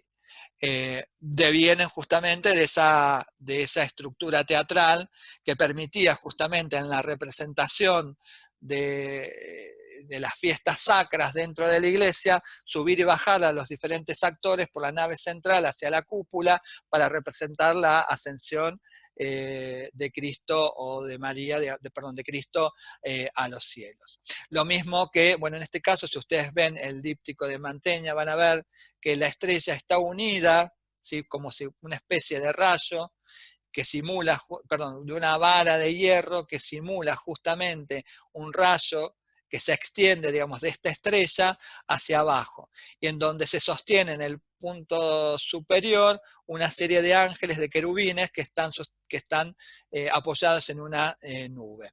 Estas nubes, como esta, digamos, son otro objeto figurativo que se llama núvola, ¿sí? Entonces ya tenemos la columna, ¿sí? Que justamente representa toda la antigüedad clásica, la núvola, digamos, que viene justamente de lo que es la representación de las obras sacras dentro de las iglesias, ¿sí? La mándorla, digamos, esta especie de avellana que está representada de angelitos, de querubines, con la núvola. Otro objeto figurativo, digamos, es la cueva, que en este caso no solamente representa, digamos, la idea del pesebre, sino también justamente la idea de la entrada a los infiernos. Bien, bueno, acá se ve mucho mejor el caso de la gruta, el caso para ver la núvola, la mándorla, ¿sí? Otro objeto figurativo es el cortejo. A ver, objeto figurativo no es un objeto material en sí, es una estructura de pensamiento que representa justamente los aspectos simbólicos de la cultura de ese periodo. Así como veíamos la obra de Gentile da Fabriano, que ese cortejo, digamos, no solamente representaba el cortejo de los Reyes Magos que llegaban ante el niño Jesús recién nacido, sino que también representaban, digamos, el camino de la seda, y el surgimiento de la seda como elemento económico dentro de Florencia y la decadencia de la lana, también, digamos, cumple, digamos, esas funciones. Por eso digo, bueno, objeto figurativo no es un objeto material, objeto de civilización no es un objeto material en sí. Es una estructura de pensamiento que contiene las cosas vistas, las diferentes realidades y las estructuras imaginarias de una sociedad que permite justamente, al ser representada o en una obra teatral, en una fiesta popular o en una obra particular, digamos, en la cultura en sí misma. Entonces me parece que hay que entender, digamos, la representación de la pintura del Renacimiento como si fuera una red de sentido que contiene justamente los diferentes aspectos de la cultura, lo económico, lo político, lo social, lo religioso, ¿sí? Entonces, digamos, no hay una relación de referencia. Bueno, este personaje significa esto, este personaje significa lo otro. No hay una idea, digamos, y un término que vengo usando y que no debería usar es el de representación, ¿sí? No se está, digamos, un sistema figurativo no representa, ¿sí?, la realidad, ¿sí? Lo que hace es construye una red de sentido, ¿sí?, que contiene las diferentes, entre comillas, realidades del mundo. La realidad, digamos, o sea, sensible, la realidad imaginaria, ¿sí?, diferentes aspectos de la cultura. Entonces, digamos, cuando uno habla de un objeto de civilización, es aquel objeto, ¿sí?, que existe en la cultura pero que contiene aspectos simbólicos que representan y construyen sentidos de otra manera, como el carro triunfal en las entradas triunfales de los príncipes a las ciudades, los arcos de triunfo, etc. Y en el caso de los objetos figurativos, son aquellos objetos que sí están dentro del sistema y que se han sido mutados de alguna manera para poder construir, digamos, otro tipo de sentido. Porque lo que vemos en esta obra, ¿sí? Acá pueden ver una núvola, cómo, digamos, se construye, ¿sí? No vemos todo el andamiaje técnico, ¿sí? Que sostiene, digamos, a la núvola. Lo que hace es, cuando el artista toma, digamos, esa estructura mecánica, ¿sí? Utilizada, digamos, para las representaciones sacras dentro de las iglesias, al pasarlo, digamos, a otro sistema, muta de forma, ¿sí? Pensándolo desde el punto de vista semiótico, cuando se cambia de dispositivo, ¿sí? Lo que se cambia justamente es ese elemento al haber una transposición de dispositivo, del dispositivo teatral al dispositivo pintura. Lo que sucede justamente es que hay una transformación porque ese elemento se adapta, digamos, a un nuevo lenguaje. Entonces, todo ese andamiaje técnico de varas, cables que sostienen, digamos, a los ángeles, al actor, y etcétera, al pasar, digamos, a otro sistema, ¿sí? Cambia, ¿sí? Y se pierde aquello y se gana otras cosas. Entonces, se transforma, digamos, en un nuevo objeto, muta, digamos, a una nueva realidad, digamos, de sentido, ¿sí? Bien. Vamos a ver diferentes ejemplos, digamos, de representación, digamos, de la columna, ¿sí? Esto ya lo habíamos visto, ¿sí? Y me quería detener, digamos, y ya con esto podemos ir cerrando, para no y dejarles, digamos, por ahí si quieren hacer una pregunta y para no tampoco abrumarlos, porque a veces también este sistema es bastante, no es lo mismo que la clase presencial. Bien, quería detenerme, digamos, en unas imágenes de Uccello para ver nuevos objetos figurativos. Porque no solamente, digamos, hay una mutación del objeto teatral medieval o cultural medieval al nuevo sistema figurativo, sino que también empiezan a aparecer nuevos objetos figurativos que por ahí, digamos, no tienen sentido en sí mismos, sino que tienen sentido, digamos, a partir de otra realidad. Lo que vemos, digamos, en esta obra de Uccello, que es la creación del pecado original, primero lo que vamos a ver, digamos, el árbol como objetos figurativos nuevos, es el desnudo, ¿sí? Que empieza a aparecer como un objeto figurativo, y lo quería poner como ejemplo para que se entienda, digamos, que objeto figurativo, digamos, es un concepto bastante amplio, que no tiene que ver con el objeto que entendemos hoy en día. Objeto figurativo, como decía, bueno, es un cortejo, es un desnudo, ¿sí? Es un árbol, ¿sí? Y es la roca, que en este caso aparece, digamos, de esta manera. Entonces, bueno, un objeto nuevo figurativo que aparece y que no tiene vinculación y que no ha mutado es el desnudo y que empieza, digamos, a aparecer principalmente. Y en el diluvio de Uccello aparece uno que me llamaba mucho la atención a mí y empecé como a buscar a la obra para ver, es el Mazzocchi, ¿sí? Que no es un objeto que tenga una existencia real, no tiene su correlato, digamos, en un objeto de civilización, ¿sí? Es un objeto, ¿sí? Es este, ¿sí? Que no tiene existencia real y que es solamente un elemento que pone Uccello, un objeto que pone Uccello, que le permite justamente producir una especulación acerca del espacio tridimensional y poder solucionar un aspecto, digamos, de la representación del espacio y que tiene que ver con la profundidad y con la volumetría, para empezar justamente a hacer los primeros intentos de representación espacial tridimensional, ¿sí? Dentro de lo que es un plano bidimensional, ¿sí? Acá lo vemos más de cerca, ¿sí? No es un objeto, digamos, que signifique algo concreto, no es un collar, no es un cuello, no es, o sea, no tiene existencia no tiene existencia en el mundo real y tampoco tiene sentido, salvo aquel que es esta especulación de poder generar, digamos, profundidad en el espacio o volumetría, ¿sí? Obviamente que después este objeto, si acá ven otra forma, cómo se va adaptando, empieza, digamos, a aparecer como simple especulación y después se empieza a adaptar como un tocado, ¿sí?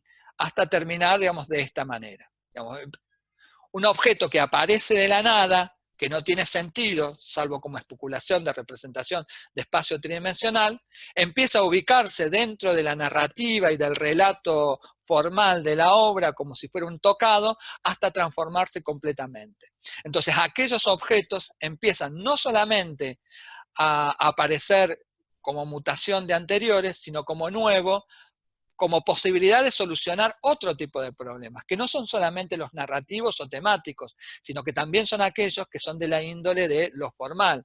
Esto es, si yo tengo que representar, digamos, una imagen que sea verosímil, también no solamente tengo que representar, digamos, un cuerpo humano volumétrico, expresivo, sino también tengo que poner a ese personaje dentro de un espacio tridimensional y que sea verosímil.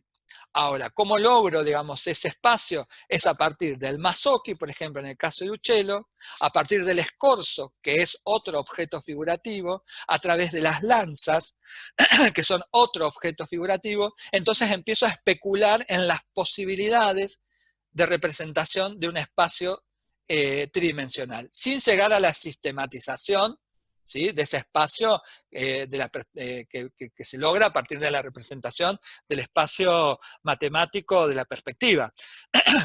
Entonces, aparece el paisaje de fondo, como telón de fondo literalmente, como si fuera una representación teatral, ¿sí? Aparecen las lanzas, entonces empiezan a aparecer toda una cantidad de repertorios, ¿sí?, de objetos figurativos que Panofsky los va a nombrar como motivos artísticos, ¿sí?, que Baxandall los va a nombrar como convenciones de representación, ¿sí?, y en el caso de Frank Castell como objetos figurativos. Repertorio de elementos que permiten, digamos, al artista generar justamente esa idea, digamos, de unidad narrativa para poder justamente construir una significación que vaya más allá de las cosas vistas. Entonces aparecen las lanzas, el caballo, digamos, también es un objeto figurativo que no solamente, digamos, que significa justamente la nueva posición de poder de ese personaje social ligado a los aspectos de la caballería medieval, para generar, digamos, ese vínculo entre el honor y el valor que tiene, digamos, ese personaje medieval dentro, digamos, dentro de la sociedad más contemporánea. Entonces vemos cómo los significados empiezan, digamos, a pasar de una época a otra, los objetos empiezan a pasar de una época a otra y empiezan a mutar y se empiezan a construir sentido a partir, digamos, de su representación, ¿sí? Bien, acá veíamos el ejemplo en estas, del masochi en estas batallas de Uccello. Los oriflamas, que son los estandartes, también es un objeto figurativo que surge y está ligado justamente a las gestas caballerescas, a los juegos medievales, y que es un objeto, digamos, que pervive y que lo podemos ver hasta en Velázquez, ahora no voy a acordar el nombre de la obra de las lanzas, la batalla de las lanzas creo que es de Velázquez. Empieza, digamos, es un objeto que pervive. Digamos, todos los objetos, digamos, o sea, figurativos que nombra Frank Castell a lo largo, digamos, de lo que es el Renacimiento, el manierismo y el barroco, siguen existiendo, pero van mutando de forma y también van mutando, digamos, de sentido, ¿sí? Digamos, en relación, digamos, al paisaje, no me quiero extender porque eso también lo vamos a ver la semana que viene cuando veamos el espacio, pero aparece el efecto nocturno en la casa de Uccello, ¿sí? La representación, digamos, de el monumento funerario como posibilidad, digamos, de significación de poder, digamos, perdón, San Jorge y el dragón, que remite no solamente al mito de San Jorge, sino también a las festividades que estaban relacionadas con los jóvenes en la época, que pasaban, digamos, de ser jóvenes a ser adultos. Entonces, la fiesta de San Jorge era ese momento en donde se celebraba el pase, digamos, de la juventud y el cambio de edad a la edad adulta, y no solamente justamente, digamos, la idea del poder del caballero con el caballo y la armadura y el honor. Por otro lado, remite a los objetos figurativos teatrales, como puede ser esta columna, digamos, cueva de Cartapesta, ¿sí? nada, ir viendo justamente cómo se establecen, digamos, y van mutando. Y con esto ya vamos terminando, así no los mareo tanto. Quería poner como ejemplo cómo va mutando y cómo aparece como elemento figurativo dentro de la pintura el templo redondo como referencia del lugar sagrado en Uccello, y estamos hablando de 1440, ¿sí? Sigue apareciendo, digamos, el templo redondo, ¿sí? Y cómo, que esto es también interesante, y como lo plantea Francastel, cómo también de la pintura se pasa a la arquitectura, o de la arquitectura a la pintura, o de la pintura a la escultura, o de la escultura a la pintura, y en este caso, cómo pasa, perdón, el templo redondo como lugar sagrado, ¿sí? Pasa de la pintura, ¿sí?, a la arquitectura hasta llegar a la iglesia, a la Basílica de San Pedro, ¿sí? Pasa por, digamos, el templete de Bramante, ¿sí? Cómo se va construyendo y se va perfeccionando esa idea de lugar sagrado en los esponsales de la Virgen de Perugino y de Rafael, hasta la construcción de la Basílica de San Pedro como lugar sagrado. Entonces, lo que plantea Francastel es que hay como una contaminación, entre comillas, y un cruce y hibridaciones que se van produciendo entre las diferentes disciplinas. Entonces, creo que entra como más claro en este ejemplo, digamos, del templo como lugar sagrado, cómo se van estableciendo redes de sentidos y cómo no se puede pensar la cultura o el objeto artístico como algo independiente, no solamente de la cultura, sino también de las otras disciplinas, y cómo se van estableciendo esas vinculaciones. Veíamos también en la obra de Masolino, de los milagros de San Juan, perdón, veíamos también cómo aparecía ya de por sí en el fondo todo lo que es la logia, esa galería que también después Brunelleschi va a terminar usando para construir el Hospital de los Inocentes. Entonces, no se puede pensar, bueno, ¿qué es primero? Si es la arquitectura o la pintura, o si es la pintura o la arquitectura, en donde aparecen, digamos, estos elementos de reminiscencia clásica dentro del Renacimiento. Hay como una red de sentido que establece justamente esas vinculaciones en donde uno nunca puede dejar de comprender, entender o saber dónde está el origen, digamos, de ciertos elementos. Bien, después hay una cantidad también de objetos figurativos. Yo el PowerPoint también lo voy a subir al Drive junto con este teórico como para que lo tengan. Yo lo que les recomiendo es que relean los textos, traten de aprovechar el práctico para sacarse dudas, sintetizando, digamos, o sea, lo que intenté hacer más allá de la complejidad del discurso y de las limitaciones que uno tiene a veces con este dispositivo, digamos, de transmisión del teórico, es pensar en cómo se va construyendo las nuevas narrativas desde los aspectos más conceptuales hasta los aspectos más formales, y cómo se vincula justamente esos motivos artísticos, objetos figurativos o convenciones para lograr justamente esta unidad narrativa. Unidad narrativa que se va construyendo a lo largo del tiempo y que es importante como aspecto de la pintura hasta el siglo XIX con la aparición de las vanguardias, ¿sí? No es algo, uno dice, bueno, unidad narrativa, bueno, pero la unidad narrativa es algo que hasta hoy en día está presente en todos los dispositivos artísticos en los que uno ve, ¿sí? Todos estamos pensando en construir el espacio de manera verosímil, que tenga profundidad, todos estamos pensando en construir, digamos, una figura humana proporcionada. Sobre todo aquellos espectadores que no están como más en contacto con el lenguaje artístico, en donde no pueden entender ciertas búsquedas formales que se hacen en la contemporaneidad, pero que en realidad, como sentido común, siempre se piensa que el arte verdadero es aquel que más verosímil es aquel que se parece más a lo que yo puedo percibir y puedo ver. Entonces la idea un poco es pensar que esa unidad narrativa pervive hasta hoy en día, que son convenciones de representación, que son estructuras que nos están inculcando constantemente y que no solamente nos permiten construir una imagen, sino que esa imagen también nos permiten a nosotros construir y conocer el mundo. Es un ida y vuelta, ¿sí? Entonces, la idea un poco era esto, de ver cómo en el Renacimiento se empieza a generar una imagen que tiene, digamos, ciertos aspectos formales del orden de lo verosímil y desde lo narrativo que conllevan justamente a una unidad narrativa en donde se comprime la acción, el tiempo y el lugar. Bien, bueno, llegamos hasta acá, si les parece. Espero no haberlos mareado mucho. A veces es bastante difícil dar clases así porque ni ustedes me ven la cara a mí porque yo no tengo cámara y yo tampoco los veo a ustedes porque estoy viendo las imágenes. Cualquier duda que tengan pueden escribir a un mail, al mail de la cátedra. También pueden anotar las dudas, si quieren las podemos contestar ahora, no tengo problema, o las pueden anotar y charlarlas en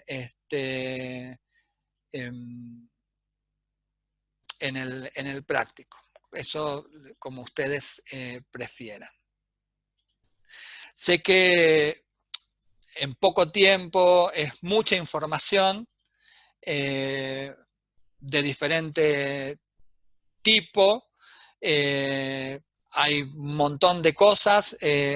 Intenté desde sintetizar Bach, Sandal, Francastel, explicar, bueno, nada. Es todo como mucho, pero bueno, tómenlo con calma, más allá de que es mucha información, los prácticos apuntan justamente a clarificar y a ir concretamente, digamos, a lo puntual de lo que estamos viendo, así que nada, es la primera clase, es tanto para mí como para ustedes, no nos conocen, no los conocemos a ustedes, así que vamos a tomarlo con tranquilidad y bueno, y empezamos así, después iremos viendo en cómo esto también, diría Francastel, va mutando a otras formas que nos permitan justamente poder charlar, debatir y pensar la construcción, digamos, de imágenes o de sistemas de representación.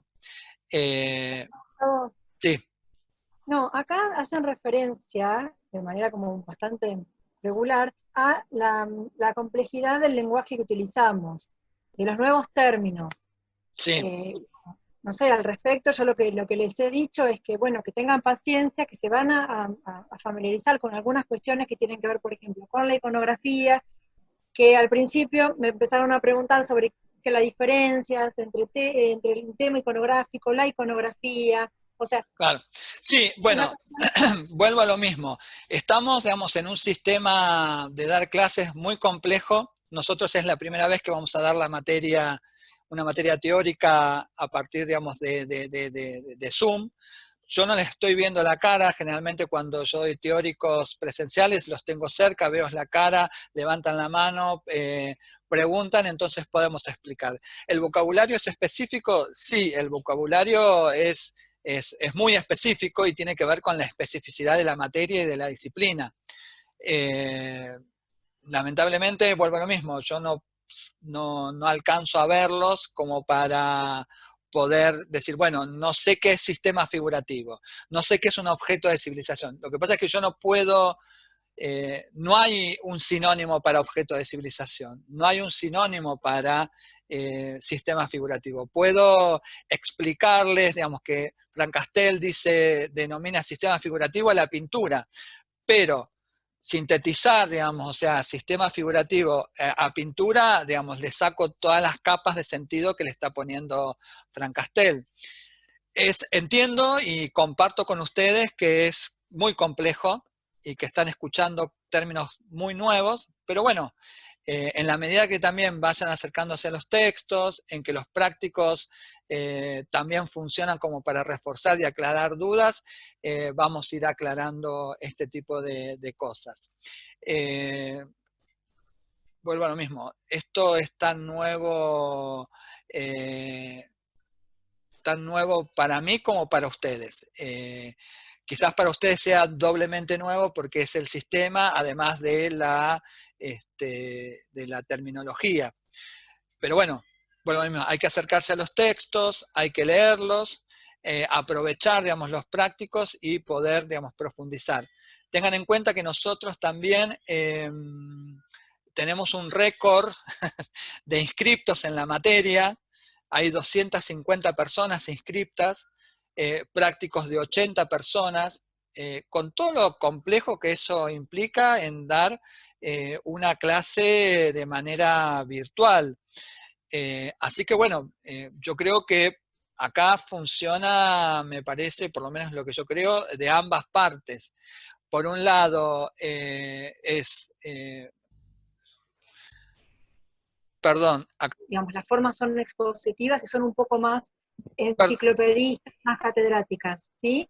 Estas bajadas, la bajada de estos temas también la van a hacer en los prácticos, ¿sí? Van a ver el tema de cómo se configura este relato con Baxandall, de una manera quizás un poquito más didáctica, o aplicada a las imágenes. Cualquier cosa estamos a disposición. Obviamente que la forma, o la metodología, no la metodología, sino la forma en la que nosotros desde Historia 2 trabajamos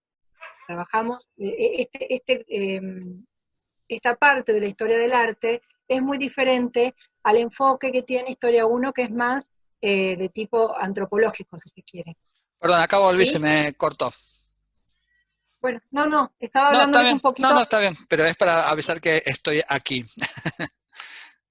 Bien, entonces creo que sería bueno que se tranquilicen con esto, este bombardeo de nuevos conceptos, no sé si nuevos conceptos, sino nuevos términos, nueva terminología, porque primero se van a familiarizar y segundo va a haber una bajada en los prácticos de esto.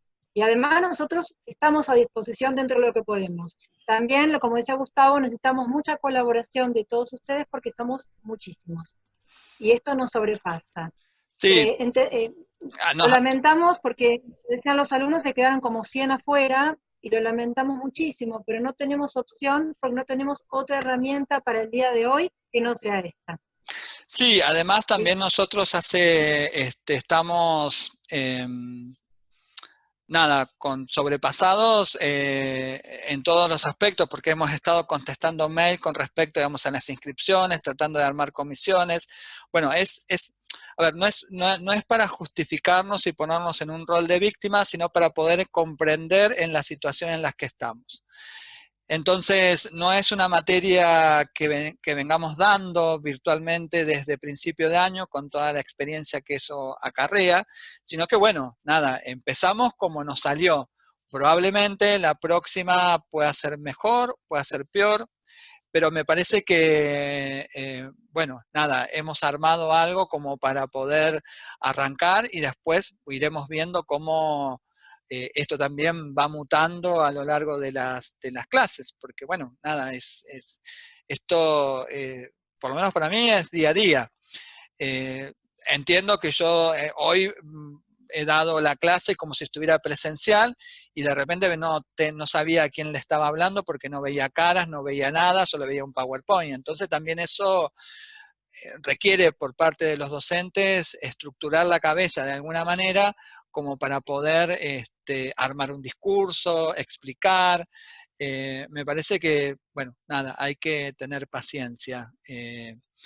Iremos viendo a lo largo. Entiendo que para ustedes sea mucho. También entiendo que estamos en la segunda parte del año con todo eso, con todo lo que significa, ¿no? Que ustedes ya vienen cursando todo un cuatrimestre y que, bueno, arrancan otro y que por ahí les parezca, digamos, que hay mucho texto. Bueno, nada, nosotros hemos tratado de pensar la mejor forma de poder dar la materia y de poder hacer un acercamiento a este tema. Pero bueno, vuelvo a lo mismo, creo que hay que tener paciencia y bueno, iremos viendo. Lamentablemente, yo personalmente no estoy formado en la virtualidad y he ido, digamos, en este tiempo tratando de asimilar los conocimientos de la mejor manera, entender que tampoco, digamos, la sociedad la internet tampoco está preparada para soportar tanta gente conectándose. Bueno, son muchos aspectos. No quiero entrar, digamos, en esta cuestión porque me parece que es como empezar como a quejarnos de algo que no podemos, lamentablemente, por el momento solucionar, sino tratar, digamos, de manejar de la mejor manera como para poder salir adelante.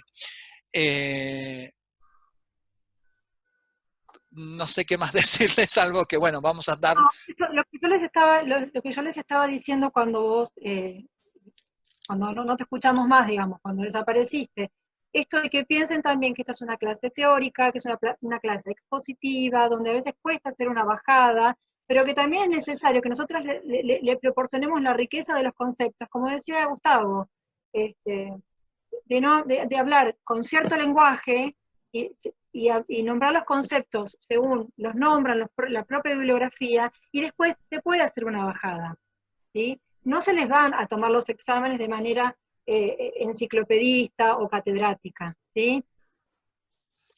O no. sea, No, no, es que en realidad también tiene que ver con la formación de cada uno, ¿no? Bueno, yo tengo formación, yo estoy dando la materia hace casi 30 años, o sea que, bueno, llega un momento en que uno asimila el lenguaje específico y técnico de lo que estamos viendo de una manera por ahí más naturalizada, y bueno, yo doy por sentado que cuando hablo de objetos figurativos, sistemas figurativos, entiendo porque, bueno, vuelvo a lo mismo, casi 30 años que vengo repitiendo exactamente lo mismo. Y por otro lado, tampoco, digamos, olvidar que uno está dentro de una universidad y que eso también requiere, como parte del aprendizaje, empezar a asimilar, digamos, conocimientos, no solamente desde el punto de vista académico o enciclopedista, sino también técnico en el uso del lenguaje, y eso hace la diferencia y la especificidad, digamos, de la formación de cada uno. Ahí estaba leyendo, no hay un solo parcial, ¿sí?, que comprende tanto teóricos y prácticos, porque no hay división de práctico y teórico. El práctico hemos pensado que funcione como apoyatura y como una forma de soporte, digamos, a las clases teóricas, ¿sí? Entonces ahí, digamos, van a poder aprovechar mucho más. Tengan en cuenta que yo tuve que hacer una cuenta de Zoom, de Gmail aparte, para poder entrar y tener, digamos, un Zoom por primera vez un poco más extenso de los 45 minutos. Nada, tengo una conectividad, digamos, muy débil y me pasa esto que en determinado momento se me desconecta y vuelvo. Bueno, nada. Lo que vivimos todos, vuelvo a lo mismo, no quiero entrar a justificarme y a explicar cosas que creo que ustedes ya saben perfectamente y que han estado viviendo a lo largo de todo el primer cuatrimestre, ¿sí? Calculo que la semana que viene vamos a tener el Zoom de la facultad, que eso es mucho más, digamos, más seguro en cuanto a la duración. Cualquier cuestión puntual que tenga que ver con lo administrativo, mandan un mail, digamos, a la cátedra y ahí le vamos a responder. Cualquier duda que tengan con respecto a los temas, van a tener los prácticos donde puedan, digamos, aclararlas. Si no están claras, nos mandan un mail y trataremos de aclararlas vía mail. Bueno, vamos a tratar de usar todas las herramientas posibles para poder llevar adelante la materia. Bien. Y última cosa, porque estoy leyendo, perdón Gustavo, estoy Sí. leyendo acá en los comentarios, el requisito digamos, estar en la materia no es, por supuesto, tomar asistencia. Sí, el entregar los prácticos, las guías de trabajo prácticos resueltas, pero el único requisito es que se entreguen antes de cada parcial, antes del parcial de cada bloque, ¿sí? Porque acá noto que están diciendo que no, Sí. pero tenemos que entregar, tenemos muy poco tiempo para resolverlas, de una semana a otra, Bien. ¿sí? Por supuesto que esto lo van a hacer con los ayudantes, Los pero prácticos, perdón, Vic, los prácticos están pensados por temas, no por resolución de trabajo práctico, ¿sí? Están pensados por temas. Este viernes ustedes van a tener como trabajo práctico, aunque hay un trabajo práctico para hacer, pero el tema personal, puntualmente, digamos, tiene que ver con esto que estamos hablando ahora. Ahora, ¿cuándo entregan el trabajo práctico? Bueno, lo pueden entregar este viernes, lo pueden entregar la semana que viene. Cada docente de práctico tiene su sistema, digamos, en donde ustedes pueden subir o al Classroom o al Classroom o al Drive, donde, digamos, cada docente le indique el trabajo práctico. La única condición que estamos poniendo como para poder sostener la regularidad y darle una estructura y una organización, digamos, a la cátedra y a la cursada, es que se entreguen, digamos, antes, sobre todo todos estos trabajos prácticos, antes del primer parcial. ¿Cuándo lo entregan? Bueno, eso dependerá de cada uno. Lo interesante, más allá de la entrega del práctico, es poder tener un primer acercamiento a los textos para poder ir al práctico y poder sacarse las dudas y, en todo caso, o resolver el práctico o profundizar sobre algún tema en particular. Por eso, digamos, no hay una fecha particular. Porque dicen, bueno, no, en mi práctico no hay fecha de entrega. No hay fecha de entrega. La única fecha de entrega es antes del parcial. Lo mismo, todo este tipo de cuestiones que tienen que ver con la operatoria y metodología del práctico, lo pueden consultar cada uno con su docente y ahí les van a explicar, digamos, de manera más concreta, ¿sí? Hay tiempo. Y además, Además, perdón, lo último, los prácticos, digamos, a ver, cada práctico no tiene que tener 20 carillas, ¿sí? El práctico está puesto no para un resumen de texto, sino para que ustedes intenten, por lo menos, como objetivo, poder sacar, digamos, sintéticamente, ciertos aspectos, digamos, de los textos y de los temas que estamos tratando, ¿sí? Entonces también, digamos, el práctico funciona como un momento en donde uno no sintetiza el texto, sino trata de sacar de ese texto las ideas principales que puedan responder, digamos, a ese cuestionario que está puesto. Digamos, y el cuestionario está puesto para que ustedes puedan encarar, digamos, de manera más concreta los aspectos temáticos que estamos tratando. tal cual, eso, es más o menos eso. Y además, si ustedes ven las guías de trabajos prácticos, tienen sus objetivos específicos, qué es lo que se espera que ustedes puedan aprender. Las guías de trabajos prácticos, o sea, las preguntas, el cuestionario, está pensado en función de esos objetivos. Y bueno, entonces ahí ustedes ya van a tener una idea de a dónde apuntar, o qué es lo que cuáles son las ideas principales que ustedes tienen que sacar de los textos. Y básense en esas ideas principales también para, digamos, plantearle las dudas a sus ayudantes, ¿sí? Porque quizás no es necesario que entiendan perfectamente, absolutamente todo el texto que se les está dando, pero quizás de ese texto se necesita sacar 3 o 4 ideas principales que son que son los conceptos que a ustedes les va a servir para, digamos, lo que se espera que ustedes aprendan, ¿se entiende? Bien. Bueno. No sé si alguien quiere hacer alguna pregunta en particular. Si no, bueno, nos estaremos viendo el miércoles que viene. La mecánica va a ser la misma. Los exámenes están puestos, los parciales están puestos en el cronograma, ¿sí? La modalidad, sinceramente, no la tenemos decidida todavía. Estamos pensando varias modalidades para lo que es el examen. Antes de, obviamente, ya en unas clases van a tener por lo menos la mecánica.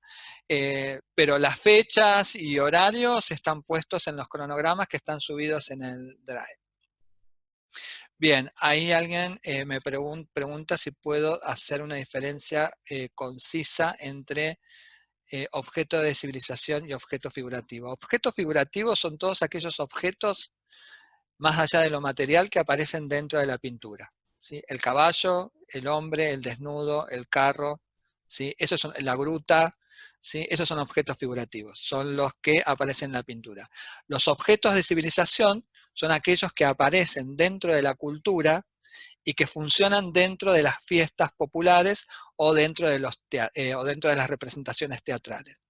No solamente es un objeto material, ¿sí? Como puede ser el carro triunfal, como puede ser la giostra de Poliziano, que es una especie de carrusel que se construía de manera escenográfica para la fiesta de la primavera, que no solamente, digamos, o sea, significa, digamos, la materialidad en sí, sino que tiene un significado simbólico más allá de eso, ¿sí? Por ejemplo, el caballo y la lanza como objeto figurativo, si se toma como objeto de civilización, porque no solamente significa el valor y el poder, digamos, de quien lo posee, sino que también representa la antigüedad medieval con todos los valores de lo que es el caballero. Entonces, digamos, se toma no solamente el objeto, sino también la significación de ese objeto para pasarlo al cuadro y transformarlo en un objeto figurativo. No sé si se entendió. Es así de simple, más allá de lo complicado que yo sea para hablar. Ahí está, parece que sí. Bueno. Bueno, nos vemos entonces la semana que viene. Al teórico es en directo a las 4 de la tarde, media hora, 15 minutos antes. Les voy a enviar por mail lo que es el ID y la contraseña para entrar, ¿sí? Bien, bueno, nos estamos viendo entonces. Muchas gracias por haber participado en la clase. Adiós. Adiós.